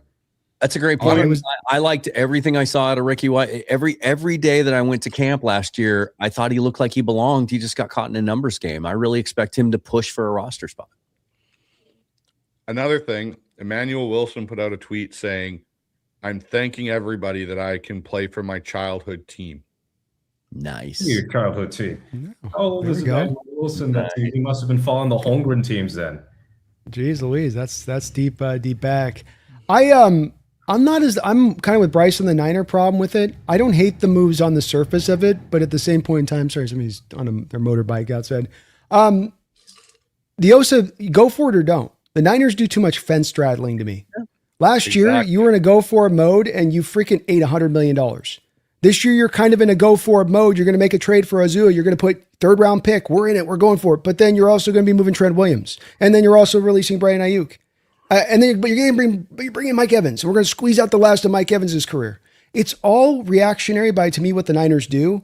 It doesn't show a lot of vision as how they're applying it to me. And it just doesn't it's not that they're not trying to win. It's just that you're not trying to go for it over the top hard. You're just trying to kind of you're trying to put a foot on both sides of the fence to me. Is that wrong? No, I think that's 100% right, Brandon. And that's how I look at it. Like, commit either way. Commit and go, or commit to, okay, you know what? Our window's closed. We need to retool this to get back to where we can reopen the window. Because that's what I think the Seahawks did so well last year, or sorry, 2 years ago now, when they moved off Pete. They stopped straddling the fence. They finally made the decision, okay, we're going to push Humpty Dumpty off the ledge and retool this thing and see what happens. We're going to take those that one step back to take 2 steps forward. And lo and behold, we took 1 step back and took 2 steps forward and won a Super Bowl. Sometimes you have to take that risk, and it's not always going to work out in 2 years like it did for Seattle. But I think there's a higher chance the 49ers become a team that can contend again, truly contend again, if they actually commit to, hey, we got to retool some of this. We got to figure out what our plan is at left tackle outside of just bringing back Trent Williams constantly until he basically becomes a fossil, and stop trying to plug gaps. Like, Kyle Shanahan's system is about precise route running. We saw that with JSN this year. DK was never a guy that ran precise routes, and he struggled in these type of offenses with Waldron. He was great. Deep ball, let him go get it. Deep post, let him go get it. Mike Evans is better than DK. I'm not comparing their abilities, but Mike Evans is also not the inside out breaking shifty kind of, I can create a bunch of separation with my route running. He's more, I'm going to go physically out body you. Well, do you have the quarterback that can throw him that ball? Is that Brock Purdy's strength? I don't think it is. Well, and I'll say this about Mike Evans too. I think the guaranteed money is only like $16, $17 million, right? So it's not a huge risk for the 49ers at all. It's a pretty team-friendly deal, but it would behoove him to stay healthy and play for as long as he can, because he certainly does not have a second career arc as either an analyst or a front office guy or a scout in any way, because he said at his introductory press conference, he felt like the 49ers were one player away last year from winning the Super Bowl, and that player was a good receiver. So I question his scouting eye. A good question. From losing 41-13 as opposed to 41-6, I guess. Right. Yeah. Unless Mike Evans is going to that's a hell of a gap to bridge for one man. Maybe he's going to be a designated pass rusher too and play both ways. Maybe that's what he's talking about. Yeah. The transition to safety, dual play. We got a couple of donations and member messages here. Let's crack on with those here. First up, Sean Collins, thank you for becoming a YouTube member. Welcome aboard, man. Appreciate you joining up. Let me get your guys' thing off so you're not looking weird. Thank you for that, though, Sean. We got Feed Me with 25 months as a Hawks Nest member. It says, Brando, I told you when we signed him in 2023 that Chris Stoll is from the factory and he would get re-signed. The factory never lies. Big Bryce, sideline? 2-year deal. Got a 2-year deal. I thought it was interesting, was recapping all of the division moves through the first week. All 4 teams in the NFC West division locked up a long snapper this week. So they know where their bread's buttered, right? It's getting hard to find. These kids aren't long snapping like they used to. You used to drive by your roads on the blocks. You'd see that kid out in the front street thrown up against a tree over and over again. Don't see that anymore. Stacy Dunn's the goodbye brand video games. We got Slowby One. Thank you for the $5 donation. Much love to y'all. Go Hawks, and please trade us. Please trade us Crosby for a bag of chips. I think we would all definitely. It's just a bag of chips. Wait, hold on. What type of chips are we talking about here? Doesn't matter. Could be tortilla. I'll give him the premium. I'll give him that organic premium stuff if that's what we got to do. Give a Costco box. Bag of kettle chips. Those are the most overrated things ever made. They are overrated. I hate kettle chips. I don't hate them, but they're just overrated. Thank you, Slowby.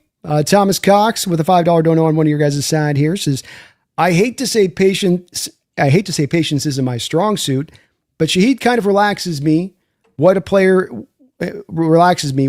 isn't rumored could be available at the trade deadline? What player isn't rumored could be available at the trade deadline? Have you guys looked out at all on that? And far looks, depending on what teams hang on to guys, I think I kind of think we were talking about Jonathan Grenard earlier. Maybe the trade deadline is kind of the sweet spot for him if they can't find a taker in the next week or so. And that, if that does come to fruition, that might be where the Seahawks get involved. The problem with Grenard, as much as I think he would be a perfect fit, culture-wise, play style-wise, all of that, he's insisting that he wants a new deal. And there's 2 years left on his current contract.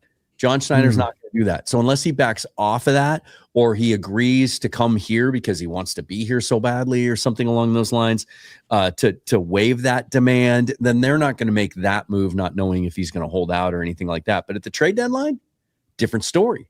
You can extend, they did it with Charles Cross last year, right? Like that's the loophole in John's rule. Once the season started, you get into the year, now you don't have 2 years left on your deal. Maybe you can do something like that.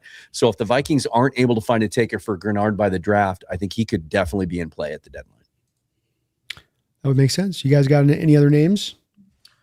Not off the top of my head. Like, I know Achan is somebody we've discussed, but I don't think Miami's just going to they're not going to do 100% fire sale. There's no point in signing Malik Willis to the contract that he got and also have the cupboard as bare as possible with the number of people they've lost. And they are on record as saying that they want to extend Achan. They think he's part of the foundation. They want to hang on to him. So, we'll see.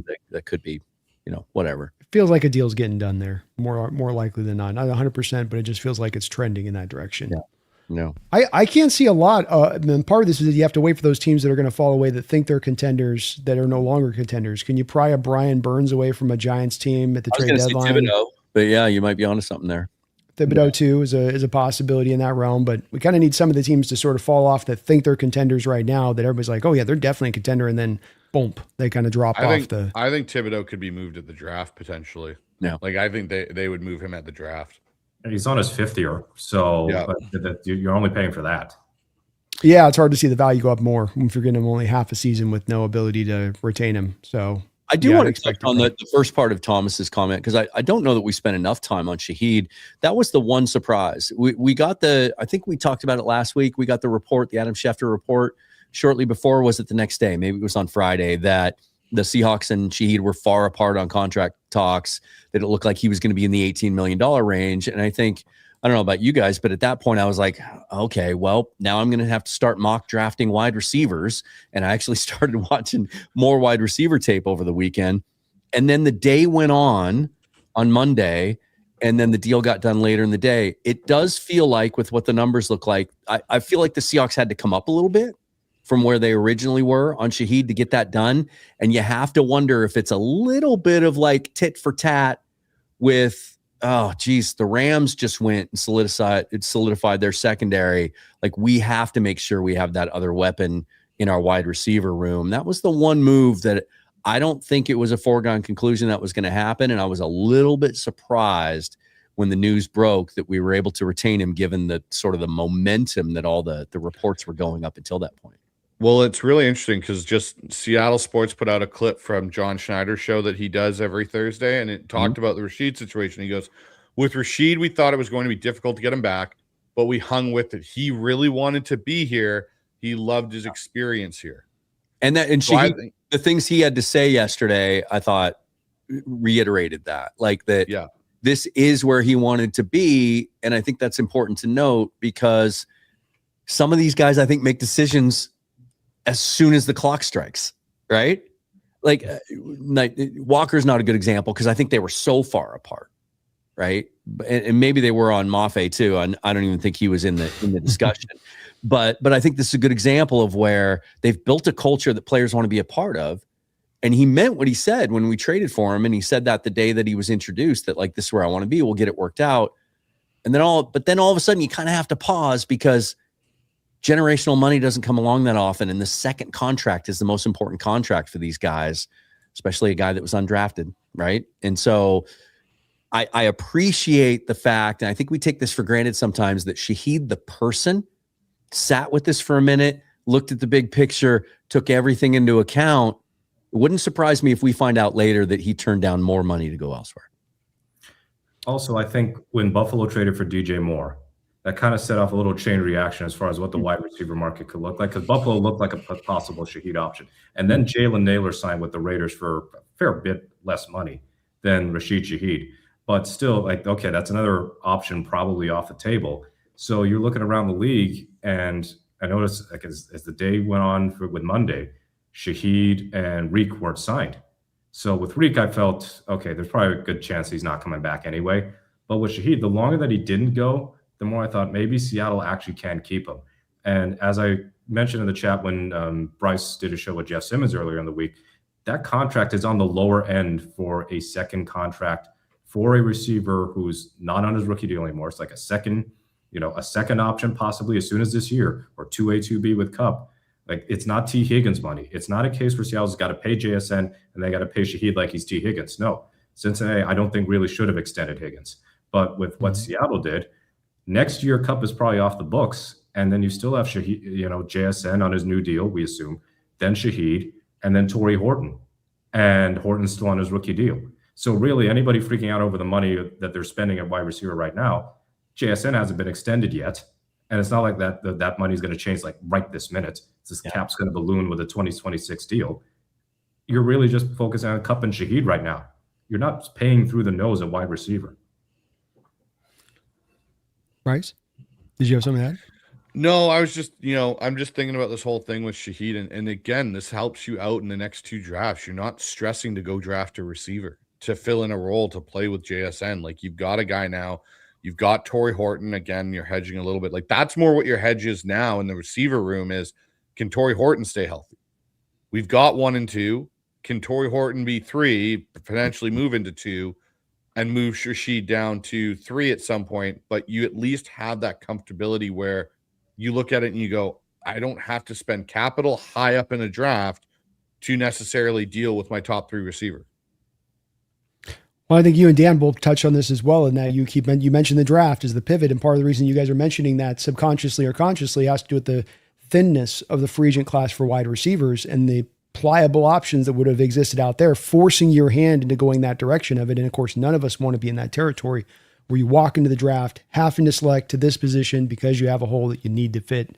And this comes back to why it does make us so happy, along with Thomas, as to why you're just happy to get that done now, because it would have meant the alternative, I think. Yeah. Couple lot more donations here. Thomas, thank you again for another $5 here on Bryce or Dan's side here. I actually like the Jadarian Price pick, Dan. I honestly hope Price becomes a Hawk. Heck, I double up on Mock with corners, edges, running backs, and O-line. It's an interesting concept, and one that I've played around with more the last couple of days.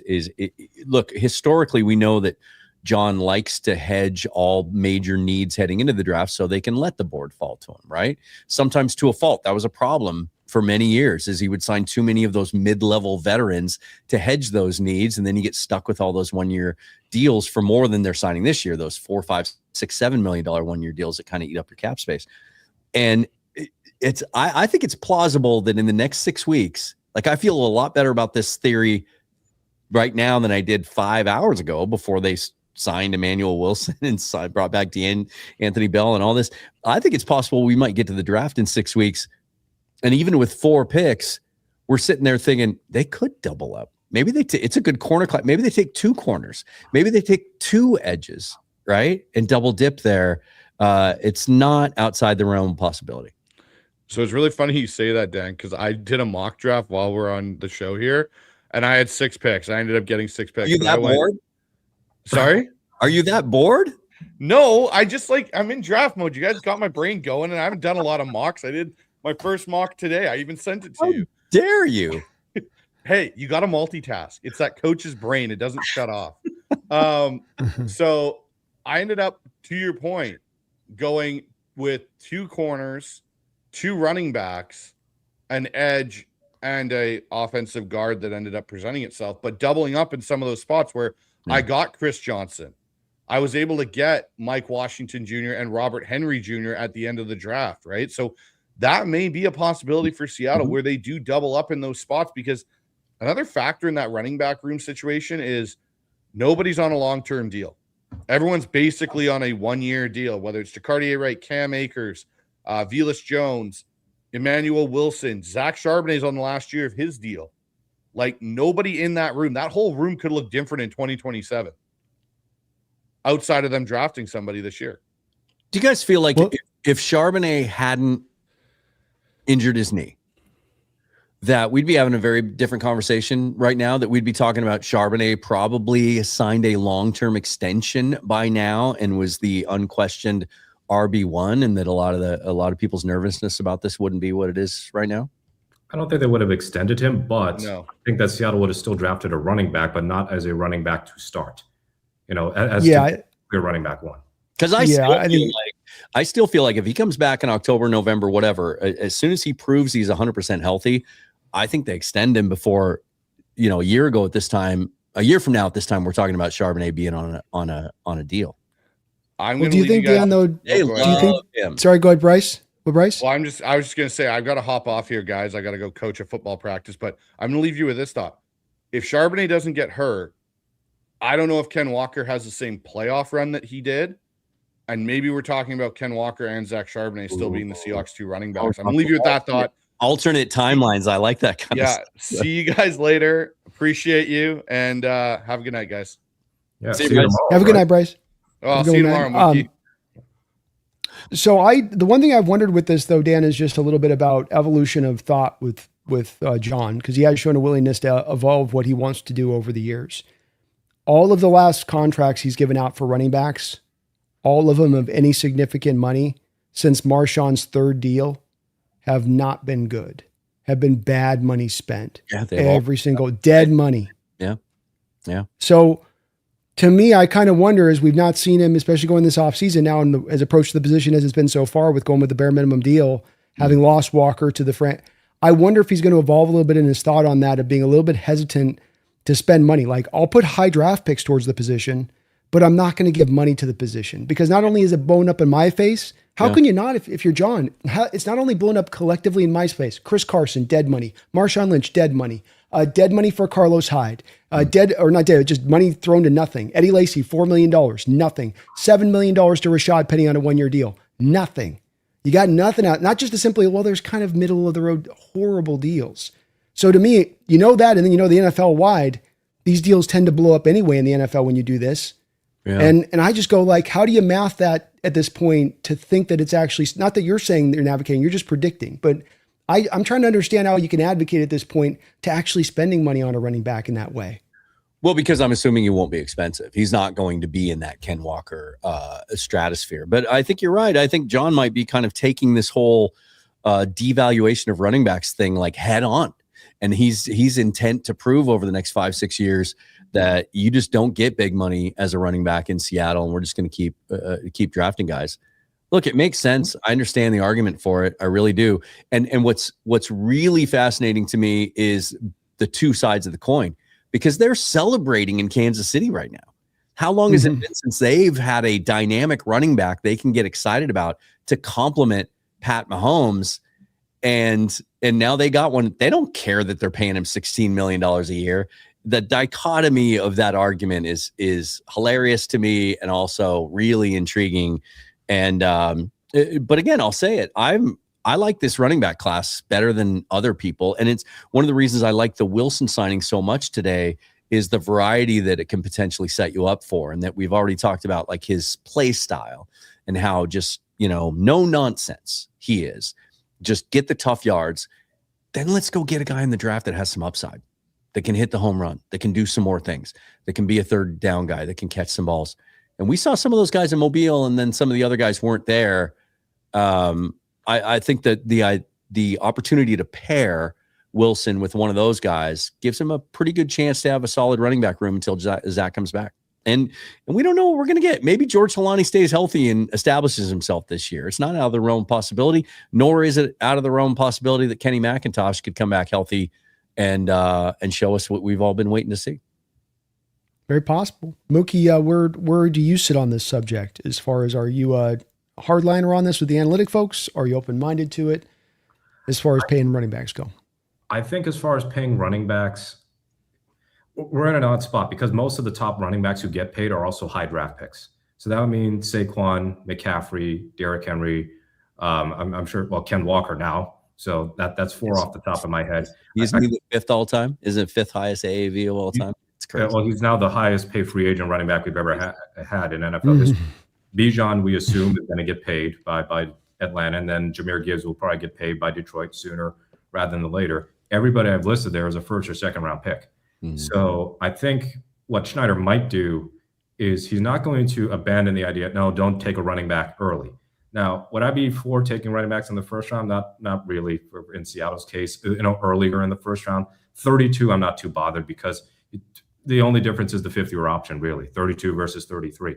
But if the whole argument as far as running back valuation, what I don't want to happen is we devalue the position so heavily that there are going to be a lot of players in high school or college that see, I don't have any real earning power at running back if NFL teams are going to not draft me early, where my earnings are higher as a rookie, and also teams are not going to extend me as often because it's not wise to pay running backs because they got such a short shelf life. So I would argue that if the Seahawks want to take a running back in the second round or at pick 32 or trade down from 32 and pick early second round, it's not a ruinous short-term investment. Those are not expensive deals. And you can maximize your window with a running back like Ken Walker or Charbonnet. In the instance, they kind of maximized the window of both the way they did to have a pair of affordable, talented running backs who do two different things. They got two different skill sets. And okay, you moved on from Walker, but you still got Charbonnet. And we'll see what happens this year. But you can add another running back. It's such a plentiful position that you can always find guys and get good value there. Paying them a big money contract is a totally separate thing. So I wouldn't be upset if Seattle spent at running back this year. It's just they got to be wise to whether they fit the scheme, because famously after Seattle's last Super Bowl, they took Christine Michael one pick before Travis Kelce went, and they took Luke Wilson later on in the draft. That was like Luke Wilson was the 2013 draft. I'm trying to remember. No, they took that gives me a great idea.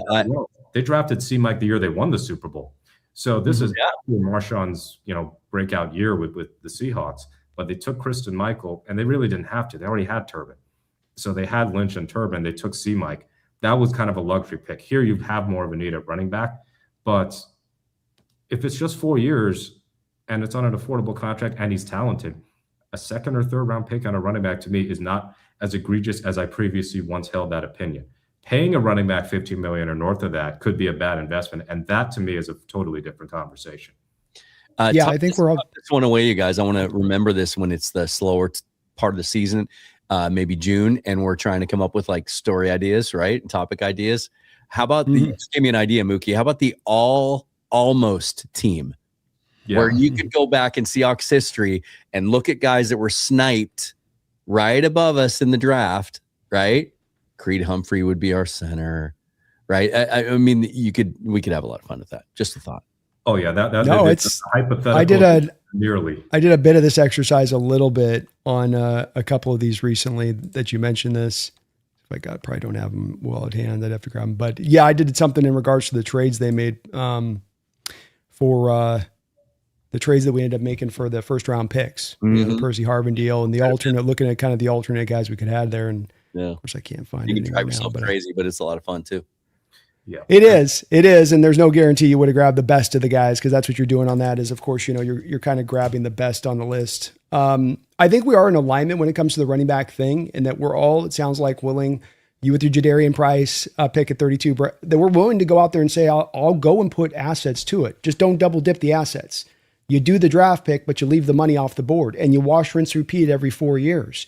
And the last part I'll just mention on this is that we know about these running back contracts is that you have them performing their best typically on the rookie deal, not when they get into the theoretical physical prime at 25 and they get into that second contract. They tend to be at their highest performing on the rookie contract in addition. And just really quickly, because I thought you guys would dig this a little bit, here's the deal with this. A couple of these ones that I did on this with the, what you could have gotten. I'm sure you've already probably looked through this knowing you on this, but what you could have gotten with the Jamal pick. And I think you got to think about this stuff as far as alternative options would have gone. This was the Jimmy Graham one, which wasn't too bad, but Preston Smith, Donovan Smith, Mitch Morris would have been a decent guard, though we know we wouldn't have drafted him, right? That's where you can play the game a little bit. Yeah, you can see why they made that move. That just wasn't a very good draft, but you missed out on Travis Frederick when you're already in line to start to look at moving on from Max Unger. Right. Yeah, it could have had the Max Unger replacement right in house there. So it is kind of an interesting exercise a little bit to look back. So that'd be a fun show. But I think we are in the same place on this, gentlemen. Are we not? Do I capture that correctly? Would you say? Yeah. And I think it'll just. I think the Wilson signing again today does open the doors to maybe drafting a guy stylistically that's a little bit different. Like my philosophy is, I still want them to draft a guy next month that has RB1 upside, like that has the complete skill set. But maybe you look at, like, maybe in their minds, they're thinking, okay, we are going to bring Charbonnet is going to be a Seahawk in 27 one way or another. I mean, he's probably motivated to be here coming off the injury, rebuild his value. Maybe it's just a 1-year deal, but he's a more of a north-south runner, straight ahead type. And then you have Wilson this year that, maybe it opens the door to draft like a Claiborne out of Wake Forest or a Henry out of UTSA, where they're a little bit smaller. They're not the typical Seahawks prototype, right? And they're a little bit of a complementary style to a Wilson. Although I still prefer to just take a guy with a complete skill set. And there's some guys that we like in this draft. Yeah. Got to couple it together sometimes. It's going to be a hell of a running back competition because, like, George Holani is an interesting case because he's had an injury history that dates back to college, and it's bled into the NFL. He's gotten hurt on special teams twice already, last year and then this year. But when he was getting carries in the Arizona game, I think that was like 2 weeks before he got hurt against Tennessee. Like, that's the first time he was getting non-garbage time carries in a game. So that was already a hint. And then in deputizing for Charbonnet, he might not have done anything special with his carries, but he showed value as a receiving back and as a blitz, as a pass protector. So I think there's going to be there will be some opportunities for Holani. Kenny McIntosh definitely had his opportunities in 2024, but again, injury in 2023 meant he missed a lot of that year, missed all of 2025. I think he's actually got, of the group below Charbonnet, I think he's got the highest ceiling, but I don't know how much that ceiling's been lowered because he's now had 2 knee injuries in 3 seasons.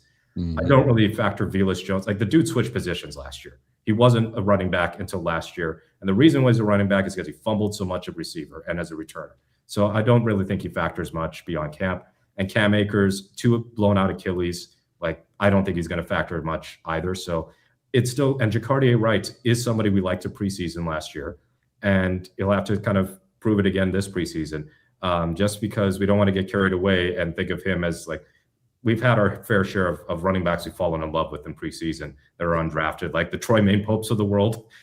So we kind of still have to prove it with Jacardier Wright. But it's going to be like an interesting competition to see who gets those like 3-4 spots come August. You just made me think of something. I think, given everything that we've just laid out, no matter which back you draft next month, even if it is Jadarian Price, let's say hypothetically they take him at 32, they're not going to bubble wrap him. Right? We're not going to see, like, the preseason this year, those 3 preseason games. The most fascinating thing we're going to see in those game situations is the running back competition, because none of those guys will be worthy of holding out. Exactly. Nobody is a bona fide number 1, right? Bell cow back. Yeah. Well, and then if you get a rookie, you're going to want to give him a lot of reps to get him to teach this scheme and all of the fundamentals within how to read this stuff and do it right. So makes it a little bit more, to your point, enticing to watch the preseason, Dan, then because of that. Upper left, 206. Thank you for the $5 donation. Guys, do you think the Evans pickup was the missing piece for the 49ers? And do we bring Von Miller in for a rotation with Tank? Go Hawks. Go Hawks there, upper left. I would say the interesting thing, part of this to me is, because we've kind of talked about the Mike Evans thing. No, he's not the last missing piece. They need to fix that defense. Yeah. And they need to add some reinforcements on that offensive line. Like, I can only assume, based on the inactivity we've seen from them in free agency, that they're looking at this tackle class, as many as 7 or 8, potentially, depending on which analyst you read, could be going in the first round. It's a good tackle class, and it really falls off from there. So I would expect that. Any mock draft I see that doesn't have the 49ers taking a tackle right now, I kind of dismiss. But as far as Von Miller goes, like, until he signs with anyone else or retires, the possibility is that he's going to be here. We know they tried to sign him last year, even after they signed Lawrence, and thought they had a done deal. John Schneider has said this on the record. Miller has even come out and said, yeah, I regret not doing that. Even though he went to Washington and got 9 sacks last year at the age of 34, he regrets not coming here. I think he's a guy that's going to stay on the market. He's a guy that might even be available still until after the draft. So maybe you can sign him without it affecting the comp formula, and his AAV probably isn't going to mess with that anyway. I think he's still a possibility as kind of a ring chasing veteran add-on as a rotational piece until he signs with someone else. Yeah, I would agree with this. I don't think upper left is going to take him over the top, and I think that he'll help him, but there's a lot of work that needs to be done there. Not to mention the injury history that Niner team has had. The problematic, you're too top heavy, and you're too top heavy with aging players that you're spending a lot of money on. This doesn't take you further away from that from a Niner perspective here. And it's a little bit like what Dan's doing with Washington. I'll tell you what, he's making a mistake that I just don't get. The same mistake he ran into last year. You don't build the old defense and the young offense. You build the young defense and the old offense if you're going to have to pick one or the other. That's the old, remember when Mike Holmgren said that? Yeah, it's the old home. That's what I said. These are the lessons you learn, Dan. I think that you remember because they're classic. They're timeless. They're not lessons that are just for today and the here and now. These are something you can apply to every generation of football. Kind of like playing great defense, great special teams, and running the ball always all go together in any generation of football. And I believe the same thing when it comes to this. I've seen too many defenses that have been built to be old that you pay for that price of age. They can't run around. They can't fly around. They can't throw their bodies around with the same kind of abandonment that those younger guys do. And you can feel it on the field when you get that. And I think you're going to feel it with Washington. As good as some of these signings look now, let's see how it is when you get some of these guys longer in the tooth. Bobby Wagner back again? Really? I love Bobby, but... he didn't, or just the fact that he re-signed last year, because I think he's still unsigned. I thought I saw a note that they'd re-signed him. Maybe it was one of those false notifications, but I thought I'd seen the notification. They just added a guy.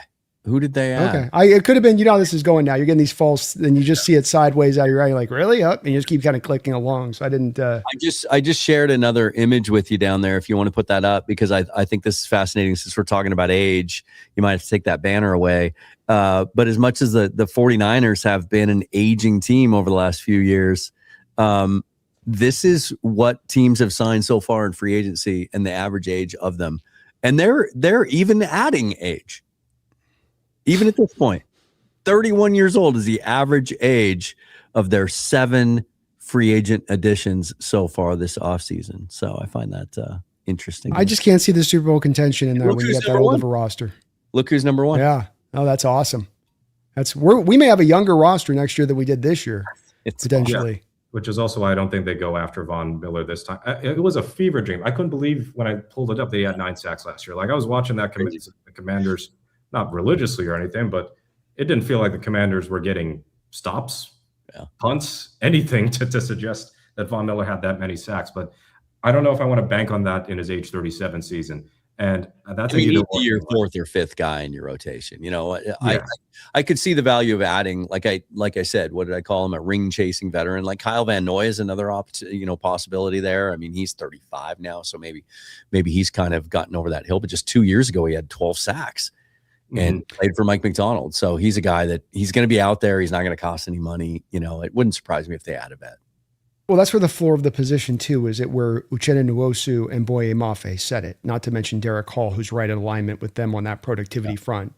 These guys are setting not just a low-end amount of production for the edge. They're setting a bottom dollar low productivity as far as pass rush goes from the edge. So 9 sacks versus the 2 sacks in Mafe last year for a guy in Miller that played 30% of the snaps. I kind of go, for $7 million, $8 million in a 1-year deal for like Dan said, the 4th edge on your group. I do that. Cam Jordan, I do that. Jadeveon Clowney, I do that. Right. That's bang for the buck. That's a value deal to me. You're not paying multi-years. You know what you're going to get in them. You're going to put them in the rotation. You're not going to play them too many snaps and burn them out. And again, it's not like the baseline guys are doing that you think has more of that like bendy, elite upside off the edge that can just beat a tackle. And there's a number of those guys in this draft. You're not going to be able to count on a lot of productivity from them as a rookie, but try to pair the ceiling and the floor, right? So that's the question I'd have with you, Dan, on this, though, is that, okay, yeah, you're right. That's a way of going with it. The only worry I have with that is that if you have an opportunity to add 2 rushers on the 1-year, $7 million deal, and I know I'm getting 2 of those same stacks, I'm getting a Von Miller, Cam Jordan, I'm getting a Jadeveon Clowney, Cam Jordan. When I look at these second-round edges over the last 10 years, they're not very productive. when I look at the second round edges over the last 10 years, they have very little productivity over the first couple of years. Yeah. Right. Boye Mafe and Derek Hall look right there. So like, if I'm in a rebuild mode, I'm with you kind of on this, but I do find myself moving into a direction of saying, now while I'm ripping and roaring, I don't want to wait through the growing pains of these edges that take forever to figure out how to rush the passer and the moves and the counters and all of that. I want to get more of the ready-made guys, especially knowing there's always those guys a little over 30 years old, still got a little bit left in the tank, and you're not paying max prices for them. Is that off? No, I don't think it's off. I think maybe I've adopted this mindset because that's just what I feel this draft class is. With the exception of running back and corner, where I think you can get capable rookie starters through the second round, maybe even into the third. I don't think you can do that at edge. Like if you want to take a guy that you think can contribute as a rookie to us winning games, you have to use pick 32. And even then it's not a sure thing. And so that's why I say that is just, I would like to take a shot at a guy with high upside. I mean, there's guys we've talked about. There's Crawford from Auburn. There's Barham from Michigan. There's Lawrence from UCF. There's guys that have a ton of upside, but probably aren't finished enough products to be able to help you year one, because that's just not what this draft class is. Yeah. And I guess I'm just anticipating you're going to need a little more help because we had to cobble it together last year through that very means. We weren't living on the team. Any position other than running back where you can just slap Band-Aids on it. I mean, who's proven that more than Mike McDonald over the last 5 years? I mean, what he was 100%. Able to get out of Van Noy and Clowney in Baltimore, and even Brent Urban, like he gets, and Malik Harrison, like he gets the most out of these guys because of his system. And so, I trust him to make the right decisions no matter which direction they go. Which route are you on, Mookie, with that? Are you about going high and going to develop, or you want to go with the two certainties there? If we're talking about this year, then they could end up signing a veteran. That could be Vaughn. It could be Clowney. It could be Van Noy. Kind of somebody in that. I was hoping it would be Khalil Mack, but at that price. But I'm asking, which way would you want to go? Do you want to go with the two vet? I still want Arnold Ebiketie, and I can't believe he's still on the market. I would prefer the upside, the younger. I always like to unless it's like a surefire thing, I prefer to have that upside there. So Ebiketie is a draft crush of mine from way back. What was it, 2022? I think I had him in the mock draft when they were picking 40 and 41. I had Ebiketie as one of those guys. So did the Seahawks. Yeah, and he wasn't. It didn't really pan out for him at Atlanta. But on a defense like Seattle's, with Mike McDonald as his coach, I think they could unlock some of that potential that made him such a high prospect. But ultimately, in lieu of a free agent like Ebiketie, I'd still would like a pass rusher early on, just for that long-term play. But you're right. Draft picks at edge rusher after, like, say, the top 20 or so, that productivity, it's sort of like offensive line, where the later you go with offensive line, the less likely that they're going to be able to that learning curve, that development curve just takes longer. And in some cases, they don't pan out. So that's kind of the risk that you have there. And guys, like I know in the comments are talking about like Nick Benito and Crosby and other guys would be in the third, fourth, fifth round. Those tend to be the exceptions to the rule, not something that you're going to be chasing. And this is not a deep edge class in terms of like day one, going to be getting 25, 30 snaps a game type of guys. Yeah. Agreed. Different drafts, different strengths. Those are drafts that also probably point to a little bit even stronger potential off the edge and what you're getting. So further edges drop deeper into the draft in their availability.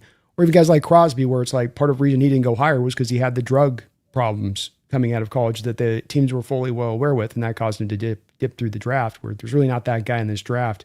There's some good players, but I think they're more akin to what I saw, which is that I did research on this. Players taken inside the second, third round in the last 10 years, 4 sacks is the highest mark you're going to get in the rookie year of all of those edges taken collectively over a 10-year period. That's pretty stark data to me if you're looking to get some returns from those guys taken at that point or expecting you're going to get returns, as opposed to we have to wait on it a while. Going to have to give them 2 years maybe by the third year, maybe even sometimes by the fourth year. Guys like Shaquille Barrett, who was with the Broncos, and it took to him finally getting over there to Tampa Bay. These edge rushers can take some time to get it all figured out. And I just don't want to have to do that right now. It's like getting the quarterback with Darnold already outdone and out the chute. Give me the finished product and let's go. If the team was in a different place, I'd be in a different place, but I don't know. Slobby1, thank you for the $2 donation. And I really want to thank all of you guys for all the donos on all of our sides here today. He says, like the stream, you filthy animals. You can't handle the truth. And indeed, please do hit that like button for me. Go Hawks as well, Slobby1 as well. As if you're over here on my side, please do get up over there to Seahawks Forever here on YouTube. That's Dan Viens' channel. If you're not already subbed, you should be already. But do get subbed up over there. We got Bryce Coutts, who just left us a little while ago, but he got the Hawks Eye here on YouTube, the Hawks Eye. So please do sub up then. And then you got to be following Field Goals. You know, he's keeping journalism alive, bit by bit, brick by brick.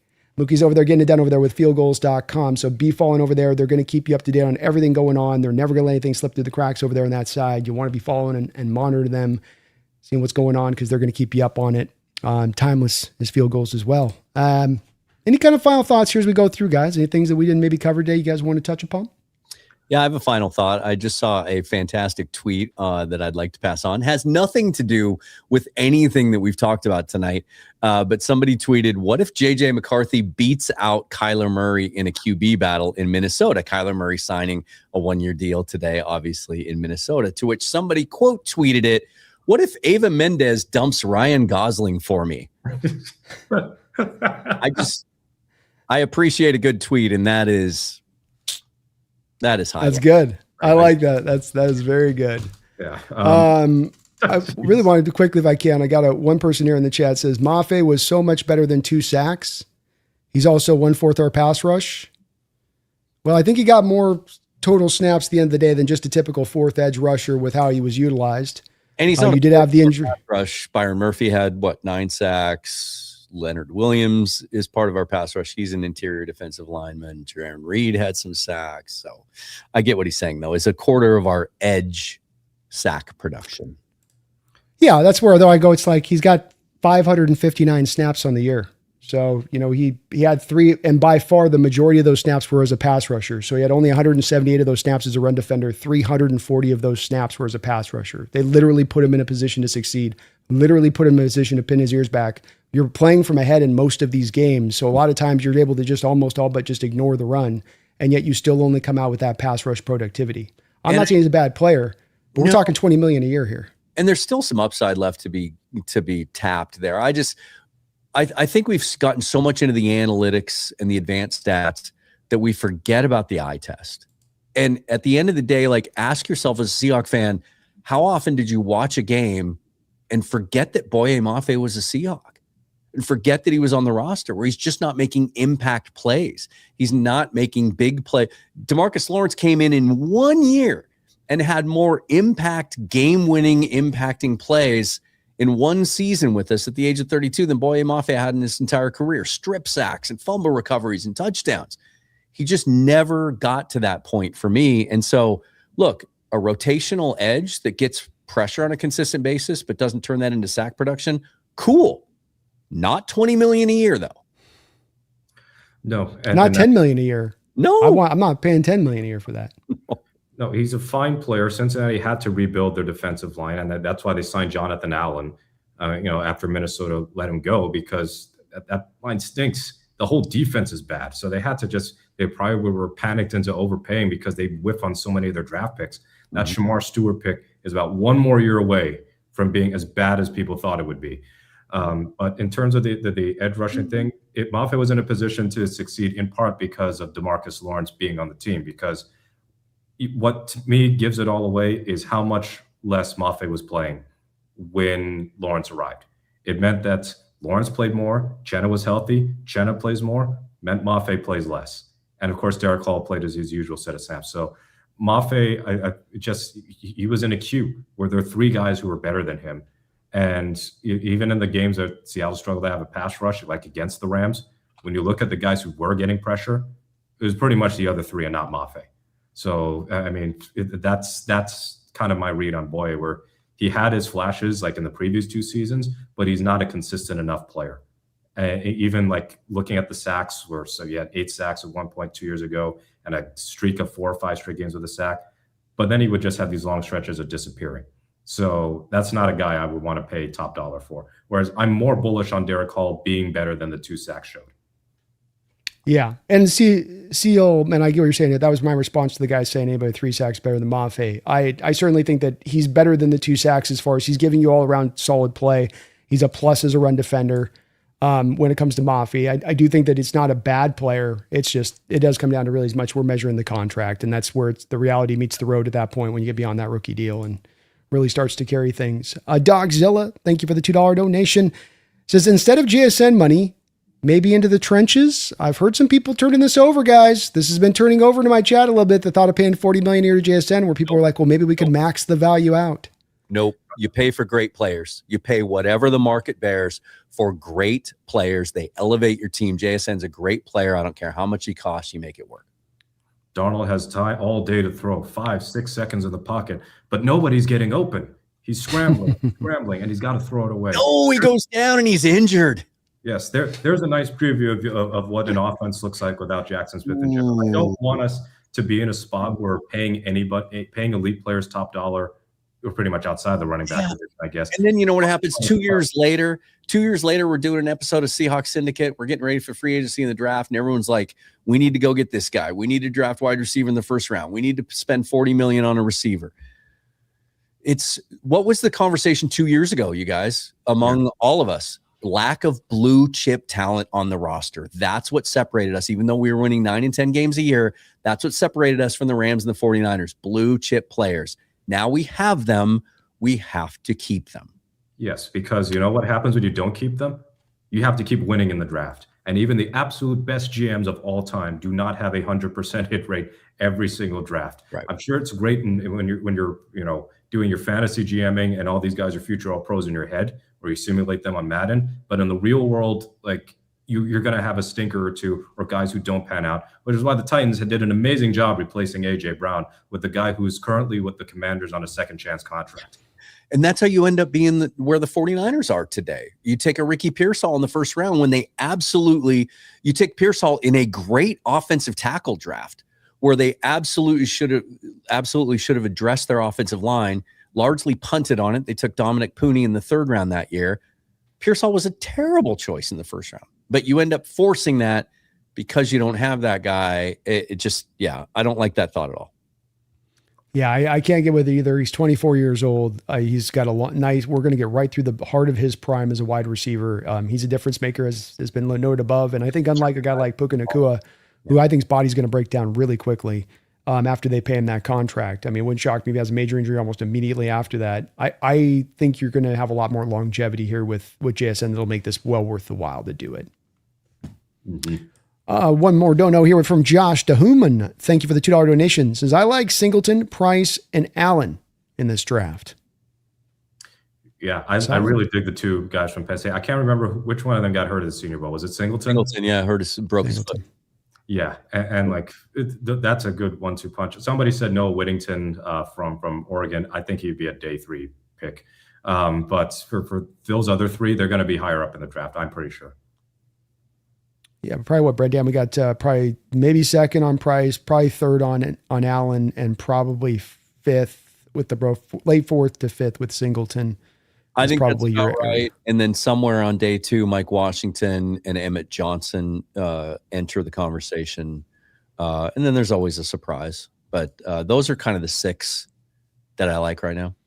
Mm-hmm. Yeah, those guys are solid. I think all of those guys would be potential fits into this offense and being able to work the outside zone system, Josh. So solid. I too like Mookie, like both the Penn State guys. I'm a little bit more preference to K-Tron. I knew I was forgetting someone too. Yeah, I think we're all Jonah Coleman fans. I am. What's he running on 40 wise, Dan? What's he running the 40? He's day 3. Well, yeah, he's not going to run one. But there's a reason for that. He's a 4.6 guy. And he's got 600 touches at the college level. That concerns me a little bit. That's why I think he'll be there on day 3. So, maybe he's not running on pro day. Is he injured? No, I just don't think he's going to run 40. I just think he's going to be. I think these guys are smart now. Like, there's a reason Peter Woods didn't run a 40 today. Scatabo did last year with these same kind of questions. He eventually had to step up because I would have thought if there would have been a guy like last year that would have avoided it with the tapes good enough, it would have been Scatabo. And that's what happened to Scat is he went 4.65 and it was like I'll have him. I go on a concrete parking lot that's got slight slant to it. He's going to the Ohio State camp. He's like, I know I didn't go here, but you guys, your track, it's just chef's kiss. It's too good. Fast fields. There are going to be some people going, yeah, can we hold this pro day somewhere else that's a little more advantageous? But also, if I'm his agent, I'm telling him not to run at 40 because I think his play style, his build, everything else, I don't think he needs to. Like, if you're sitting there in the 5th round and Jonah Coleman's still available and the Seahawks have traded down or up or whatever, they have a 5th round pick, are you thinking about his 40 time or are you just taking him? Like, I think he's at a certain point, you reach the value where it's like the tape is the tape. And I don't care. I think you're right. I think that there's teams that would turn around maybe him being a 3rd round pick if the 40 was right. And that the touches are one thing, but if they knew that he was running, let's say low 4.5-ish versus 4.6-ish, I think that would make a pretty decent difference on where he would be taken. At their pro day, which do I have it on my schedule? Oh, it's the 16th. So 4 days from now, if he even lines up to do his 40, then there's a pretty good chance he's going to break 4.6 because he wouldn't run it if he didn't think he was going to. I would think you're right about that. And by the way, Carnell Tate's going to go 4.4 in that Ohio State track. You guys watch. They'll fix that. Watch. Yeah. Another guy. Am I telling no lies, Dan? You've been around on this. You've seen this before, right? Another player that it doesn't matter. Like, I don't care. I don't care either. It's just that track is incredible for some of the times that get juiced up for those Ohio State players, and everybody falls for it every year. I don't know what the track's made of. If they got down, they turn on a fan on their back or something. One of those big fans they can turn on. And help them out. If any fan were to come to me between now and the draft and say, I don't want Jonah Coleman, he's a 4.6 guy, then my immediate follow-up question to them would be, how do you feel about Ken McIntosh? Mm-hmm. Well, that's the thing is the burst side. Right. Because it's one thing if you're 4.6, but it's another thing if you're a 1.59, 1.6 guy. Right. Because you do need the burst in this offense to get to the outside zone. Right. It's not that you need to necessarily be blazingly fast, but you need the burst. And that's why I want to see him test, is because I want to see that in Jonah where you're at. Because if you're 1.6 and you're 4.6, it's going to be hard to make that work outside of anything but an inside runner at the next level. And to tie it back into our conversation earlier about positional value and second contracts and all of that, not paying big money to running backs. I said I was concerned about the mileage on his tires, right? And the 600 touches in college. But if you're only looking at a guy for one contract, that doesn't matter. Yeah. I don't matter. I don't care about that. That's because you're right. 100% on this. I'm looking just that lens. I'm going to hard line it. Mm-hmm. The second I get to the end of it, I will pivot to look at even a trade. If he's going to hard line me, if I can get the 4th year out of him, I'll move him then. I'll offload those assets back. The Kenneth Walker trade, we're going to probably get a 4th compensatory back at least. We're getting something back in return. Ain't for nothing. Yeah. I'll keep playing that game all day long. All day long, I'll lean into that. So I think it's a smart move. I think that's the market opportunity here, is not the paying in which other teams are willing to do. Then the other teams that are not willing to go high in the draft for running backs because they're trying to do the full analytical, just get by with a bunch of scrub stuff. So you kind of parse the difference on this one. I think that's the smart way to go. I'm going to take that a step further. I think when it comes to roster construction, sometimes, tell me if you guys get this kind of kickback too. I get a lot of, like, we're here. I've heard this over the last 48 hours where we just paid Rashid Shaheed too much money because Cooper Kupp's making $15 million and you're about to give JSN 40. Well, you've already talked about how that staggers. And so when you look at the big picture, it really doesn't matter because Kupp probably comes off the books in 2027. But I'll take it a step further. You have your entire running back room is on dirt cheap contracts, most of them on rookie deals. Your entire tight end room is on rookie deals. There are other position groups on this roster that you're not paying market price to, and you don't have an expensive player at. So that savings, to me, it just doesn't matter. You can't say, well, you can't pay 2 edges $20 million. You can't pay 2 receivers big money. You can if you're saving money elsewhere. It's a great point, man. And I'd add on top of it, only 1 safety at a devalued position on the back end that you're paying good money to, going cheap the other way. Only 1 inside off-ball linebacker being paid decent money while the other guy's fairly cheap. And even he's not that expensive versus some of the other big money deals out there given to Mike linebackers. So on those at the moment too. So yeah. So I mean, you're right. You do that. Your interior offensive line, where teams are paying $27 to $30 million for guards and centers now. Your entire interior offensive line is on rookie deals. That's another example. There we go. A lot of fans want all pro level talent across every position, but they also want a bargain hunt at the same time. Like, no, you can't do both. Otherwise, no. And if it was that easy, we'd all be GMs. Yes. Yeah, exactly. The mock drafts would be for real. Mm-hmm. Sean McLeodart, thank you for the $2 donation. Says, just got back. You guys talk about the Bryce Huff retirement? We haven't as of yet. No. A little surprising, I guess. 7 years old. I just, what is it about the 49ers and players retiring young? Must not make substation joke. Must not make substation joke. Must not make substation joke. To do with that, right? And I find it fascinating. I can't even think about it on the top of my head, though. Like he's starting some company, or he has started some company. Yeah, a weird business too. Such a specialized. It's such a specific, narrow field, but he's going all in on it. You have to admire that. Yeah, if it means his body takes less of a beating at that age, he got a significant contract, I think, from Philadelphia that, it may not have played out there, but you know what? He is a Super Bowl champion. He might have been a healthy scratch in the Super Bowl and not what Philadelphia expected when he came over from the Jets, but he got some of a bag and he's got a ring, which the 49ers haven't had in 30 years. So that one Niner fan in the chat can keep harping on about Seattle's fall off. We can just keep posting the scoreboard at Levi Stadium from February 8th. So here it is. It's not even a sure thing. He's in the process of founding a company called NeighborStorm, and it's lithium ion batteries power the modern world, but they carry a fire risk that current suppression technology was never designed. So he's building fire suppression infrastructure to help combat lithium ion battery fires. So random. It's like for a football player that's been in the league for years, signed in it. Yeah, it's like, okay, all right. Memphis degree going to work.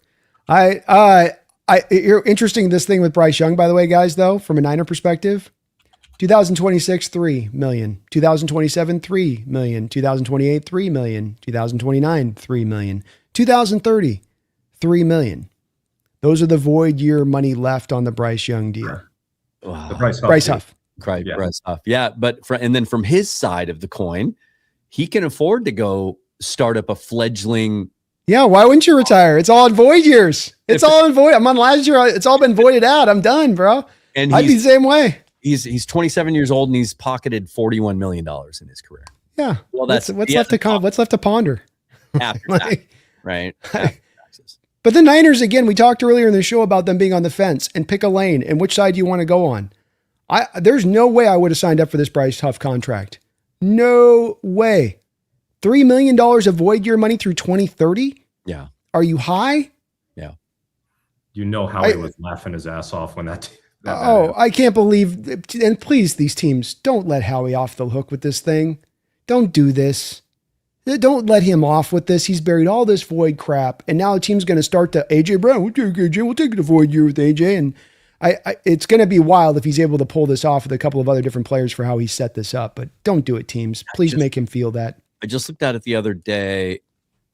So the Philadelphia Eagles have dead money on their cap through the year 2035. They have void years on their rolls through the year 2035. And in 2034, they have multiple players. It's insane. That's 9 years out. That's 9 years out of dead money. You just go, whoa.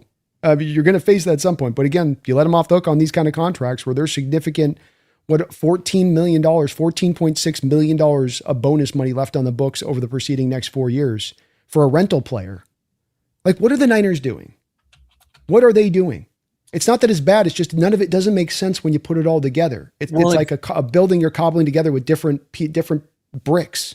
Imagine what it's like to be a 49er fan right now when you had to live through last offseason where you watch them just let guys walk out the door, the Greenlaws and the Hufungas and everybody else, and then they didn't aggressively replace them. And then they came out and said publicly, we need to get our cash spending in line.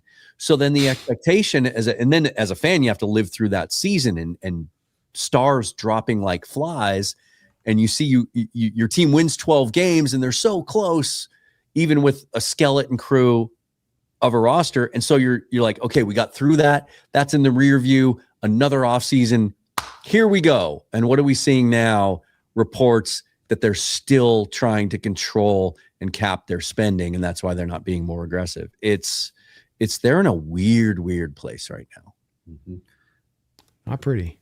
The schedule gets harder in theory for everybody in the NFC West next season. No more playing the bottom feeders and eating up on those teams anymore.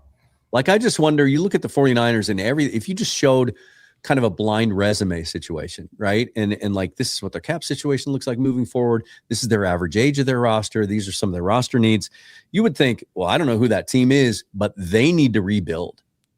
But because of their culture and their history and everything else, they probably just can't convince themselves that's the right thing to do. Funnily enough, if Garoppolo never gets hurt and Purdy never even sees the field that year, they would have probably been in rebuild mode already. Yeah. But instead, like, there's kind of difference between Lynch and Snead. Like, Snead is willing to, there's some years where he's willing to be in F them picks mode and take these huge swings. And then they sign these ridiculous contracts, and it always seems to work out for them in a way that for San Francisco, they always, like, they're hemming and hawing. And don't get me wrong, they've won a lot of games, and they've been a couple Super Bowls, but at some point the bottom's probably going to fall out for them. Whereas with the Rams, if the bottom falls out, it's more like Stafford gets old, but the rest of the roster is still very good. The 49ers, the worry is the roster is going to decay, and like Bosa's never going to be the same. Kittle's going to decline, and McCaffrey, of course. And there's so many pieces that they have to fill that it's going to take a lot of draft success to fix all that. Have you guys looked at their cap situation for the next 4 years recently? Well, they're already 40. They had $100 million last year, which was supposed to free them up. Yet they're already $40 million in before the Trent Williams decision comes down the line. They're essentially, when you consider effective cap space, right, and draft picks and practice squad and all that, they're essentially at zero right now. They have about $15 million left, and that's usually about between 10 and 15 is how much teams like to hold, so they can pay for that stuff and have a little bit at the trade deadline. They're over the cap for 2027 by $14 million. And in 2028, they only have $50 million in cap space 2 years from now. And then, oh, by the way, in 2029, they're $182 million over the salary cap. If they don't win in 2026, I don't think they have a choice. Mm-hmm. And well, to your point on the 2028, which you said 50 million, I don't think that even captured it fully, because not only do they only have 50 million in 2028, that's the 32nd team in the NFL as far as their available cap space goes. And the next team above them, being the Bills, has $50 million more of cap space at the 31st level of things. And they'll do just the to put that in thing and the Saints thing and the Cowboys thing, and they'll just, like, Brock Purdy 2020. Maybe Brock Purdy. Maybe they $8 million. They're just going to have to keep kicking that and doing salary to bonus restructures and kicking it all down the road. And this is what happens when you don't draft well. It stacks up to the point that you end up right here. Yeah, I would offer, though, too, on top of it. So really quick, Mookie, with this, I'd say, though, it's a combination. It's that, and that you decide you have to reward everybody. That nobody has a tough decision put on their back. No. That everybody gets paid, even if it's to a third contract, even if it's to a guy that's at the end of, it's not going to be as healthy going forward, that you don't make any tough decisions. That Brandon Ayuk contract, they didn't want to give. They had a trade. Yeah, that was the decision. That's the thing. You don't have to make it all over the place, right? But you do have to tactically make a choice at some point or another to bleed a little bit. You don't get to just take it all. It doesn't work, or you're going to run into this kind of situation. This is why we're saying, Seattle, be patient, because this is what you run into. And so they would never make that choice. They gave even Kyle Juszczyk, they gave another deal to last year. They can't make a tough choice on anybody. They gave Kittle last year an extension when they should have moved him last year before the start of the year. They could have gotten probably a second round pick back in return. They had a trade on the table. They said, no, we'll give him another extension at 31.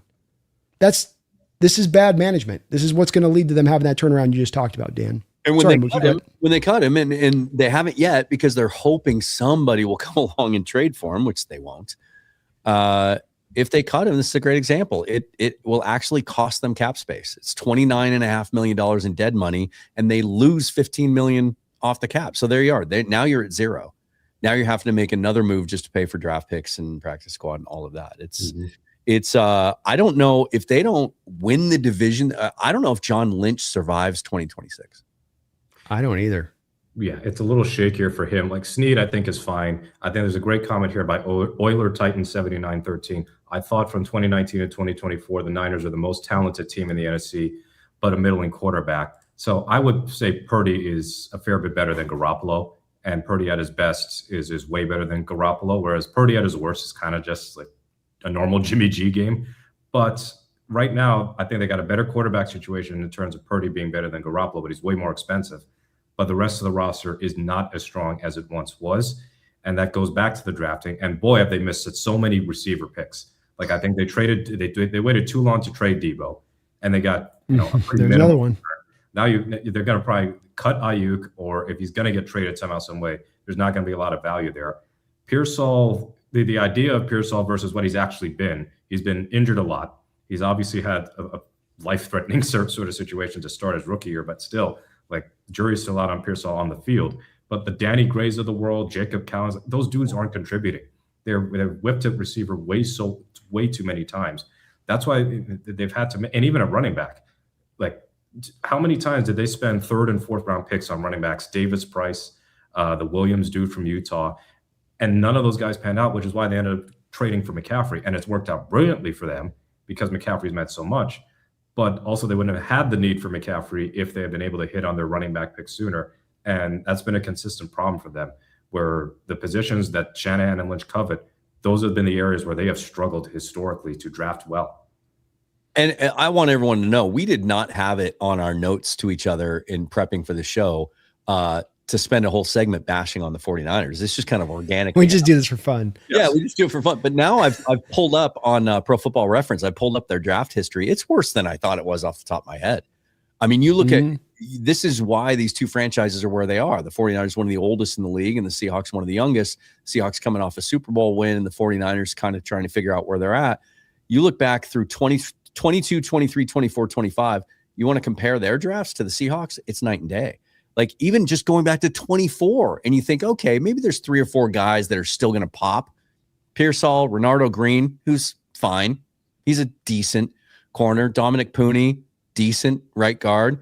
Malik Mustafa, I had a 49ers guy today tell me, not good.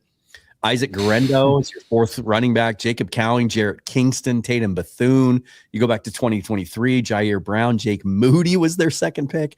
Cameron Latou, Darrell Luter, Robert Beal. These are guys I couldn't even name if you paid me $1,000 or $1 million to try and name recent draft picks off the 49ers. It's remarkable how bad it's been. Latou was a 3rd rounder too. They had all those compensatory picks that they got off the minority hires for coaching, and they blew all of them. And they cut him. So like Latou is already gone.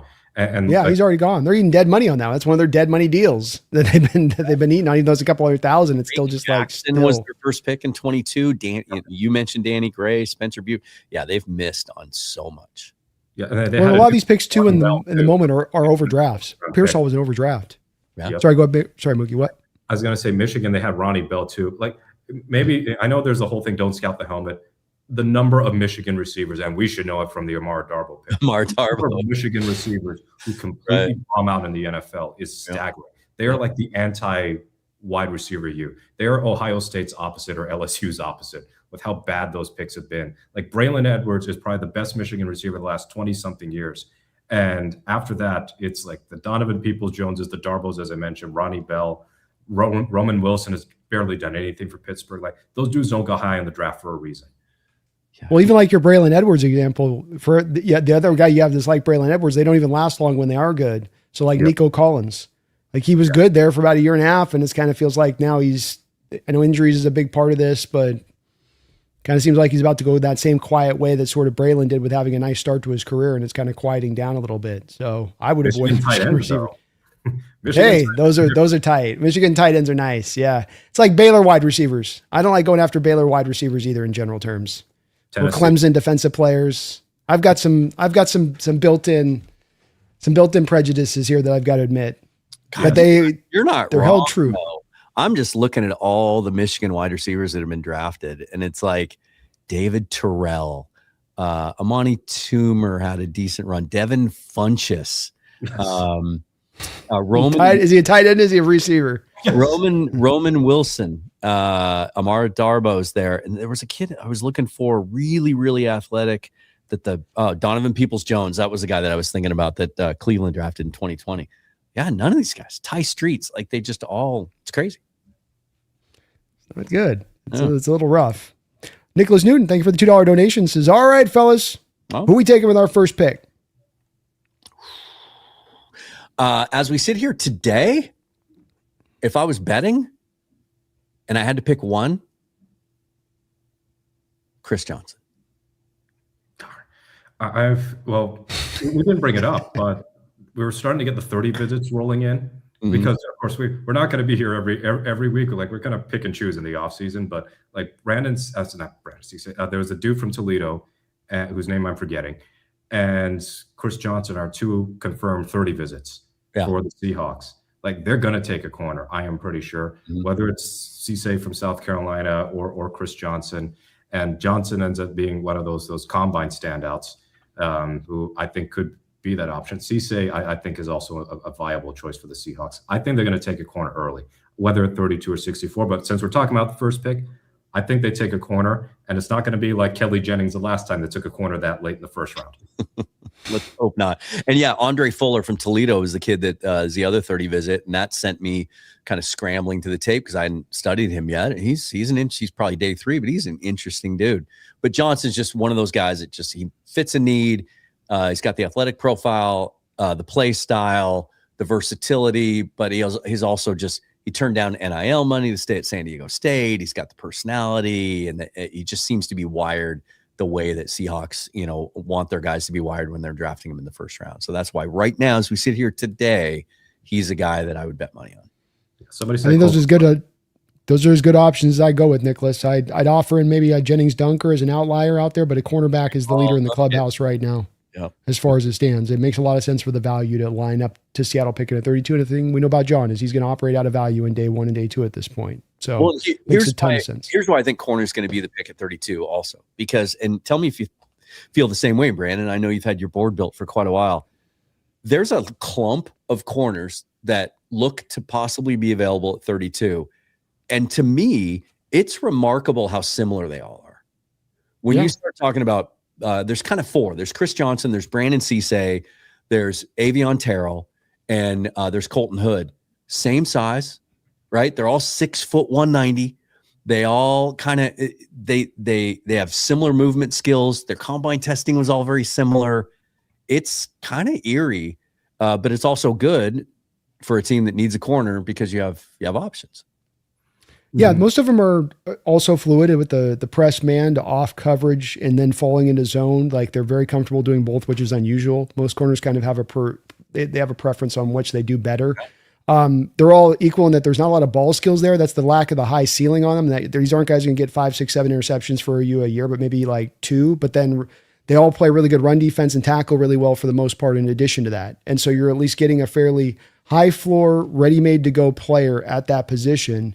And when you do look at it, there's a stack of about 7 guys I've got first and second round grades on to be right there, would be right for us to pick. But you could see 4 guys go off in the first round, and then you could see another 3 or 4 guys go before we get back to that second round pick at the end of the second round. And this would make sense as to why we get to the corner being that pick at 32, because John knows I'm not going to get the same kind of player at 64 when we pick back there. So I think all roads do kind of lead to this being where it's leaning to right now. Yeah. I think Jadarian Price does make sense, but you go back 13 picks if you do that, Dan. You go get it a 4th round pick back in return. Yeah. You still are able to get Jadarian there, and then you at least get an extra pick on that side of it. And there's a couple of deals there that I do on a pretty regular basis. Moving back to 39 with the Browns is like a perfect match on the trade charts. You get 107. You could even get they have multiple 7ths. You could tack one on there if you want to as well, get a special teams guy or whatever. But there's some, we'll see how willing teams are to move up in this draft, given, the nature of the class. But there's some opportunities there to move back. I think Houston's another one where there's a really even match there to move back and pick up like another sort of early 4th. Especially if we can get that wonderful faller in there at 32. That one guy that's like, how is this guy here still? And it's not really a need, not really something we want, but like somebody's like, oh. Right. And usually a guy that falls like that comes at a position where fans don't think there's a need. Like today, as we sit here today, like Peter Woods is falling. Right. I've seen him fall into the 20s on some boards. Caleb Banks is having a 2nd foot surgery. Like there's some interesting dudes that are probably based on talent and production alone, top 10, top 15 picks in this draft that seem to be falling. So that happens every year. We'll see how that goes.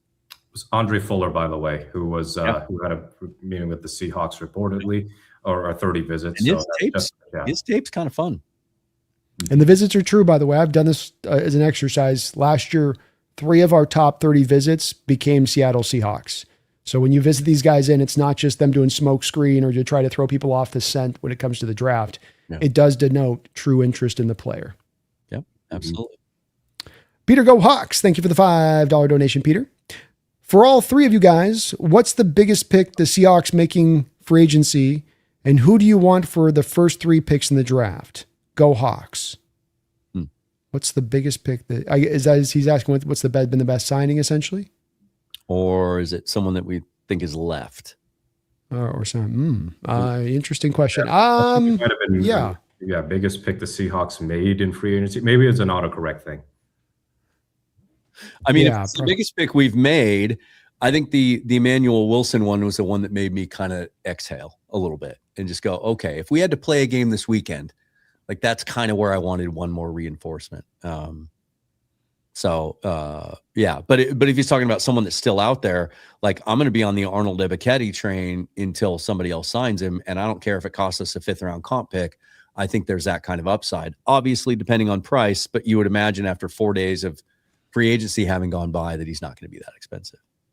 Mookie? I think that the re-signing of Shaheed made me a lot more at ease because it doesn't mean now they have 2 skill position holes to deal with on offense. Like I don't want it to be a risk of the offense taking a step back. At the same time, the defense could take even the slightest of step backs because of who they lost. It's like, okay, fine. Let's say the defense is instead first in DVOA and all the advanced metrics, they're second or third because the guys that were brought in to replace the guys they lost, Reed, Kobe, Mafe, not immediately successful. That's still an elite defense you can win with. But if the offense takes doesn't make the advancements we hope, that's going to reduce the chances of being able to repeat. So I think that the Shaheed sign is great. I'll give you a sneaky one. Re-signing Josh Jones has really put my mind at ease because you already have Cable Dew in Richmond. So you got your young guys, developmental guys who could maybe find their way into the starting lineup over Bradford essentially because like the other 4 spots are fine. But Josh Jones means I don't have to worry about swing tackle. Like you've got him and you've got Amari Kite too. Like I think Amari Kite could develop into kind of Josh Jones's successor if such a thing could happen at swing tackle. In terms of who I want first 3 picks in the draft, I don't know who, like I won't name names for the time being, but for positions, if I had to take one position only, maybe in this order, cornerback, running back, and edge.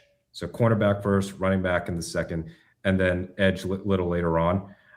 That's kind of my early feeling. Like edge, who's not going to be like one of the top guys in terms of what they will be on the Seahawks roster. Running back, because I think they can start, and cornerback, because I think you need to have a starting level corner to replace Reek Woolen. And I would go with Rashid Shaheed as well as being my guy on the front. For me, I would go for as far as I'd go value. And so we think we're talking about a cornerback seems to be the value, but I would go like this because it's also, he says, who do you want? I take Jennings Dunker at 32. I think he's almost a sub first round talent. I trust in his ability to transition inside. He is going to give us ability to play multiple line spots at once, including be your heir apparent for Bradford. I think it'd be a no-brainer pick. I then would hope to look to find one of those corners remaining in the back end of the 6th round. A Dalen Everett, Chris Johnson, Malik Mohammed, Keith Abney, Devin Moore. One of those guys into the end of the 2nd round, then jump on that and then come back around for a running back then in the 3rd round, if not an edge, depending on where the higher value lies as far as what's on the board. A Katron Allen or Damon Claiborne at the running back position there at the end of the 3rd round might not be the worst of picks to go make at that point. So something along those lines from my perspective. I like that. I think Dunker's the wild card for me. I could see them if they fell in love the way, well, not if, we saw the way they fell in love with Gray Zabel last year, and you used his name. We talked about the Senior Bowl. He's this year's Gray Zabel, and not just because of his play style and his athletic ability, but just kind of his demeanor and all of that stuff. All the things they fell in love with about Zabel last year, they're not going to not fall in love with Dunker either. It's just a matter of how they feel the value falls on their board. So I'd be on board with that. But I pulled up a mock draft that I did this morning. I didn't want to just make this up off the top of my head, just to give you to answer the question fully. And I did it using PFF's board, which I find to be the most aggressive this time of year, where they have guys, I think, rated. How can I word this? They have guys rated too high sometimes, which means that later, if you use their mock draft sim, it's hard to get good talent later. And so that's why I think it's a little more challenging. That's why I like to use their big board. But I did make that trade down with the Browns, so I picked up an extra pick. So I'm going to cheat on your answer. I'm going to give you 4. So at 39, they took Chris Johnson. At 64, I got Derek Moore, the edge out of Michigan, who we all like. And then at 96, I went pure best player available, Anthony Hill Jr. I don't think he's going to be there at 96, but I went forward. To me, he just seemed like a classic Mike McDonald chess piece. You might say, well, but they just re-signed Drake. He's a guy that you would just find a spot for. He can rush off the edge. He has a safety background. He can be kind of a bigger version of Nick Emenwar. You can move him all around. And then I ended up, if you're sitting there thinking, what about running back? Well, then I got 107 from the Browns, and so I took Katron Allen there. So boxes checked. There we go. I like it, man. Solid run. If we get Anthony Hill in third round, I will be doing handstands on the live stream show. He's not getting out of the second round, but it was if he's there, I will be there. Just yeah, I will be a very, very excited man. Peter Go Hawks, thank you for correcting this on the $5 donation. This is the autocorrect thing. It gets everybody, buddy. What was the biggest move you make by the end of free agency? So they grabbed theirs. Arnold Ebiketie, Mookie. Yours was. Well, that was like mine was like they re-signed Shaheed, so they make by the end of free agency. Yeah, so by the end of free agency, who's one you want to sign that's available on the market? Yeah, it would essentially be getting Ebiketie or signing a cap casualty corner. Not an endorsement of signing Marlon Humphrey, but I think they're going to sign a corner in free agency. And I'd be a guy that I'd probably favor a little bit more over an Ebiketie being a Jadeveon Clowney, because I think with Clowney, you can wait past June 1st, so we don't lose the compensatory value. And I think that Jadeveon Clowney is a better overall player than Ebiketie. It becomes about the unrealized potential more than it is about who he actually is as a player right now. And right now it's about souping up this team in 2026 to make them the strongest they can be for 2026, not for a developmental player that maybe 2 years down the line can fully come into bloom. I like Ebiketie, don't get me wrong. It's not a bad answer. It's just that's why my preference would be more for Clowney on that side of it, on top of him being a purified fit for this defense from a physical makeup standpoint. Well, we'll have to read this in August because that's when Clowney will sign. Well, probably. Yeah, he's going to wait it out. He's done with free agency. Can't blame him. You see how much that guy's earned over his career? He's one of those guys that's been right up there as far as he's played it right. Everybody knocks him too for like, oh, he's getting the 1 year. He's a gun for hire. It's like, yeah, the gun for hire makes $300 million. I think he did a pretty smart job of it. Yeah. And he produces. He performs. He performs, man. That's the thing. Is like you can knock him all you want, but he gets the job done in the field, and he's a good all-around player. They're going to try to keep us going here with the donos. Peter, go. Thank you for the $2 donation. Says my dream draft: Dunker 1 in the first, Price in the second, and then edge or cornerback in the third. Does Peter mean that in the third round he wants someone that can play edge and corner? Because that would be tremendous value. It's a new unicorn. Forget that's the next position everybody's chasing in the sport. But if we are wondering what's the next evolution. Anthony Hill might be able to do that if he was allowed to. He would try. Or Nick Emenwar can do that. Nick Emenwar can play edge and corner. Yep.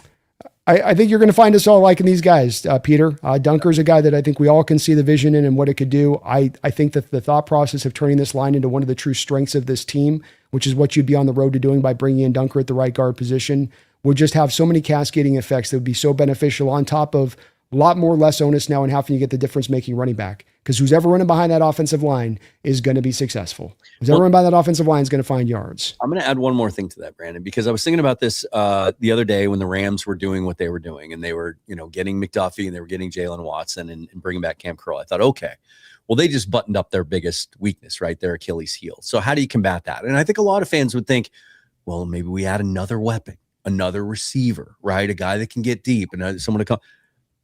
No. And maybe this plays into their choice to sign Emmanuel Wilson today. But my immediate thought was, let's go upgrade right guard so that we can run the ball down their throats, because Braden Fisk, and they've got some guys up front that are great at pressuring the passer, but maybe not so good against the run. And maybe when they're zigging, you zag, right? And you try to take that running game to another level to where you can just grind out those 9-minute drives against them, keep the offense off the field, and not have to rely on your drop back passing game. So that's another way you can go about that.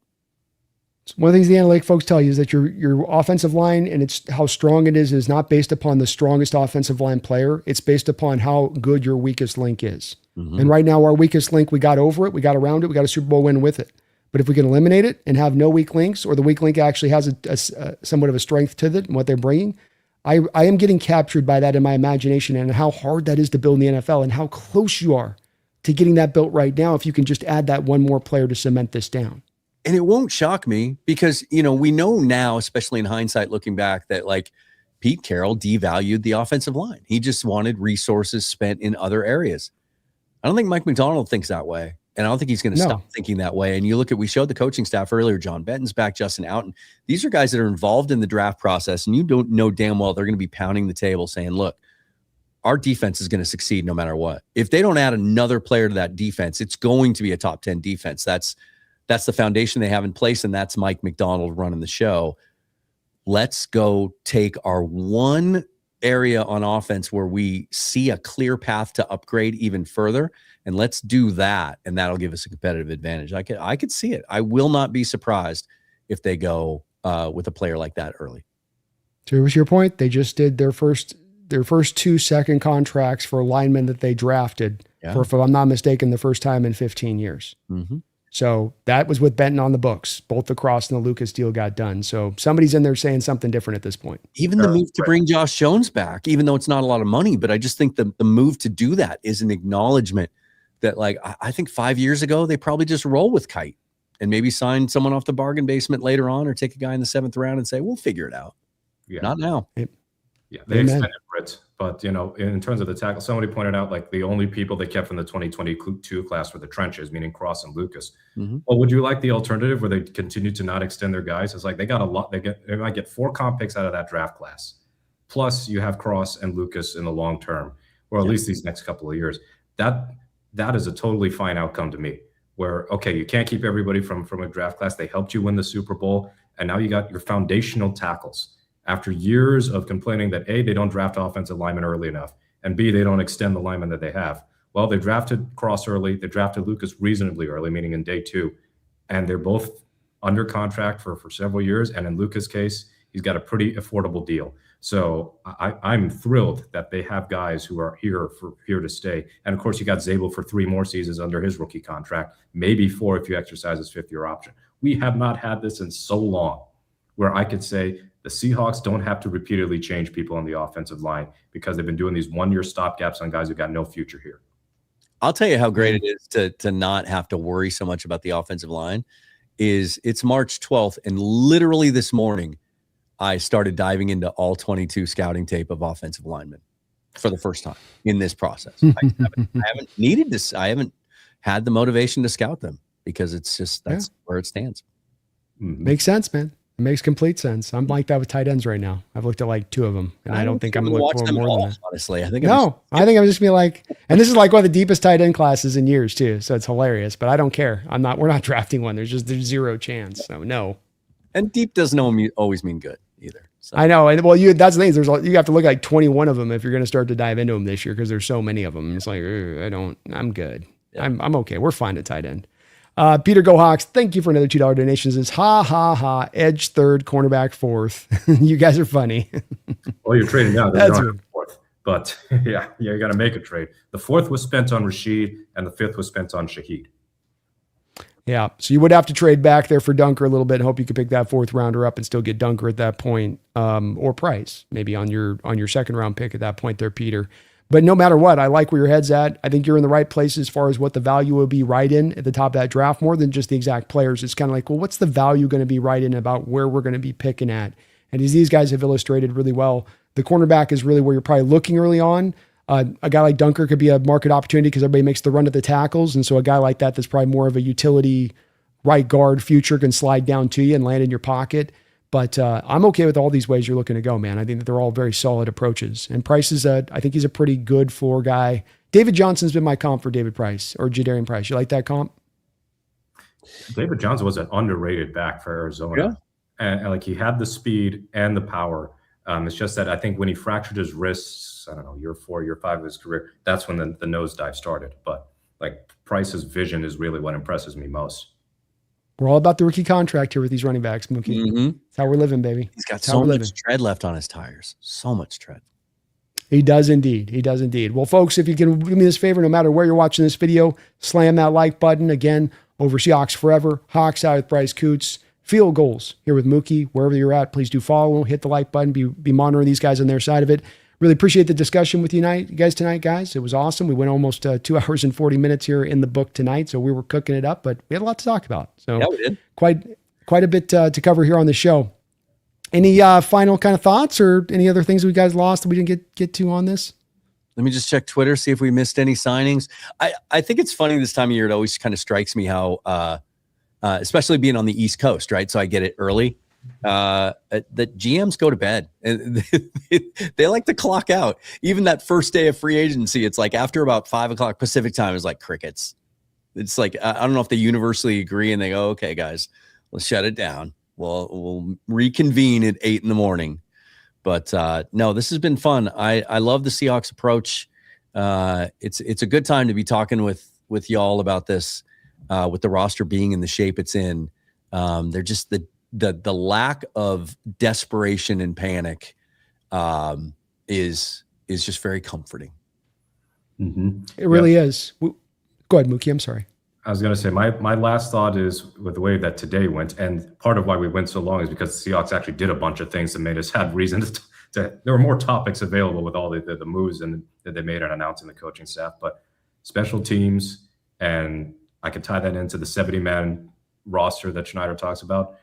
You re-sign Chris Stoll, so you're fine at long snapper. You re-sign Brady Russell, who's pretty much your special teams captain, and on a multi-year on a 2-year deal when other teams were interested. Apparently, Brandon Peely does play special teams. He might be a run-stuffing nose tackle, but like the first fumble that Seattle forced all season was because of Brandon Peely getting his paws on a ball on a kick return against Washington. So they have kept and you bring back DeAnthony Bell. Rodney Thomas can play on special teams as well. The only guy you're losing is Derek Young in terms of the special teams guys, and the fact that you re-signed Shaheed to a sizable contract.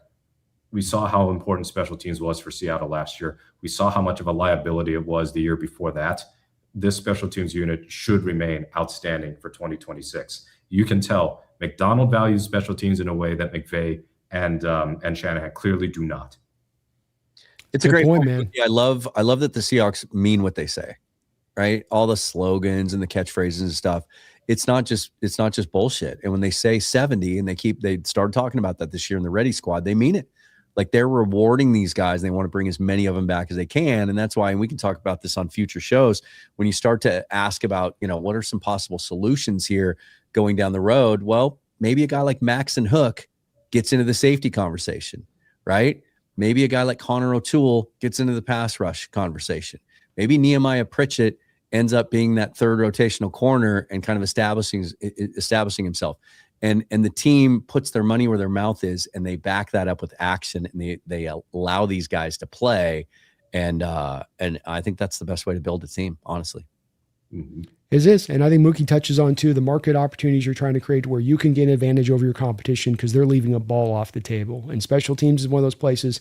Depth is another one, as you guys speak to, that we can absolutely say that. We talked about this with the Niners and our outlook of them, especially where you're looking at them going, you guys are still in this sort of top-heavy mode. You're still chasing the frontline guys to carry everybody else with them up the mountaintop rather than it being the 70 that are all collectively getting out the mountaintop together.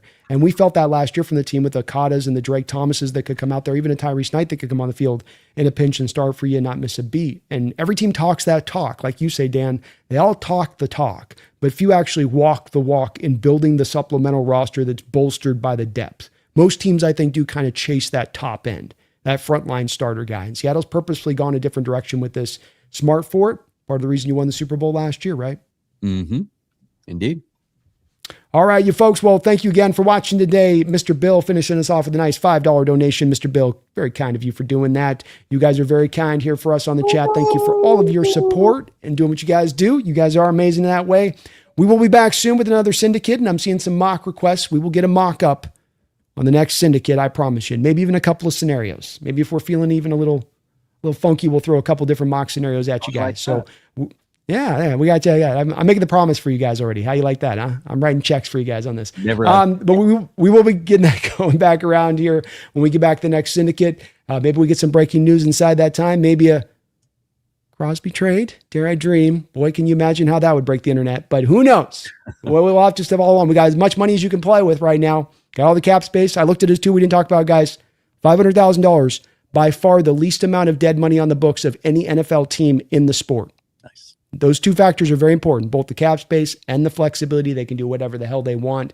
Don't worry, Seahawks fans. Hopefully we've calmed you. They can do whatever the hell they want. We ain't done yet. We're just getting warmed up. So keep the faith. And please, by God, don't you ever forget, don't you dare You keep that faith because we got money to spend. And John, he's got to burn a hole in his wallet. He's going to do it. So keep the faith and don't forget, go Hawks. Go Hawks. Go Hawks.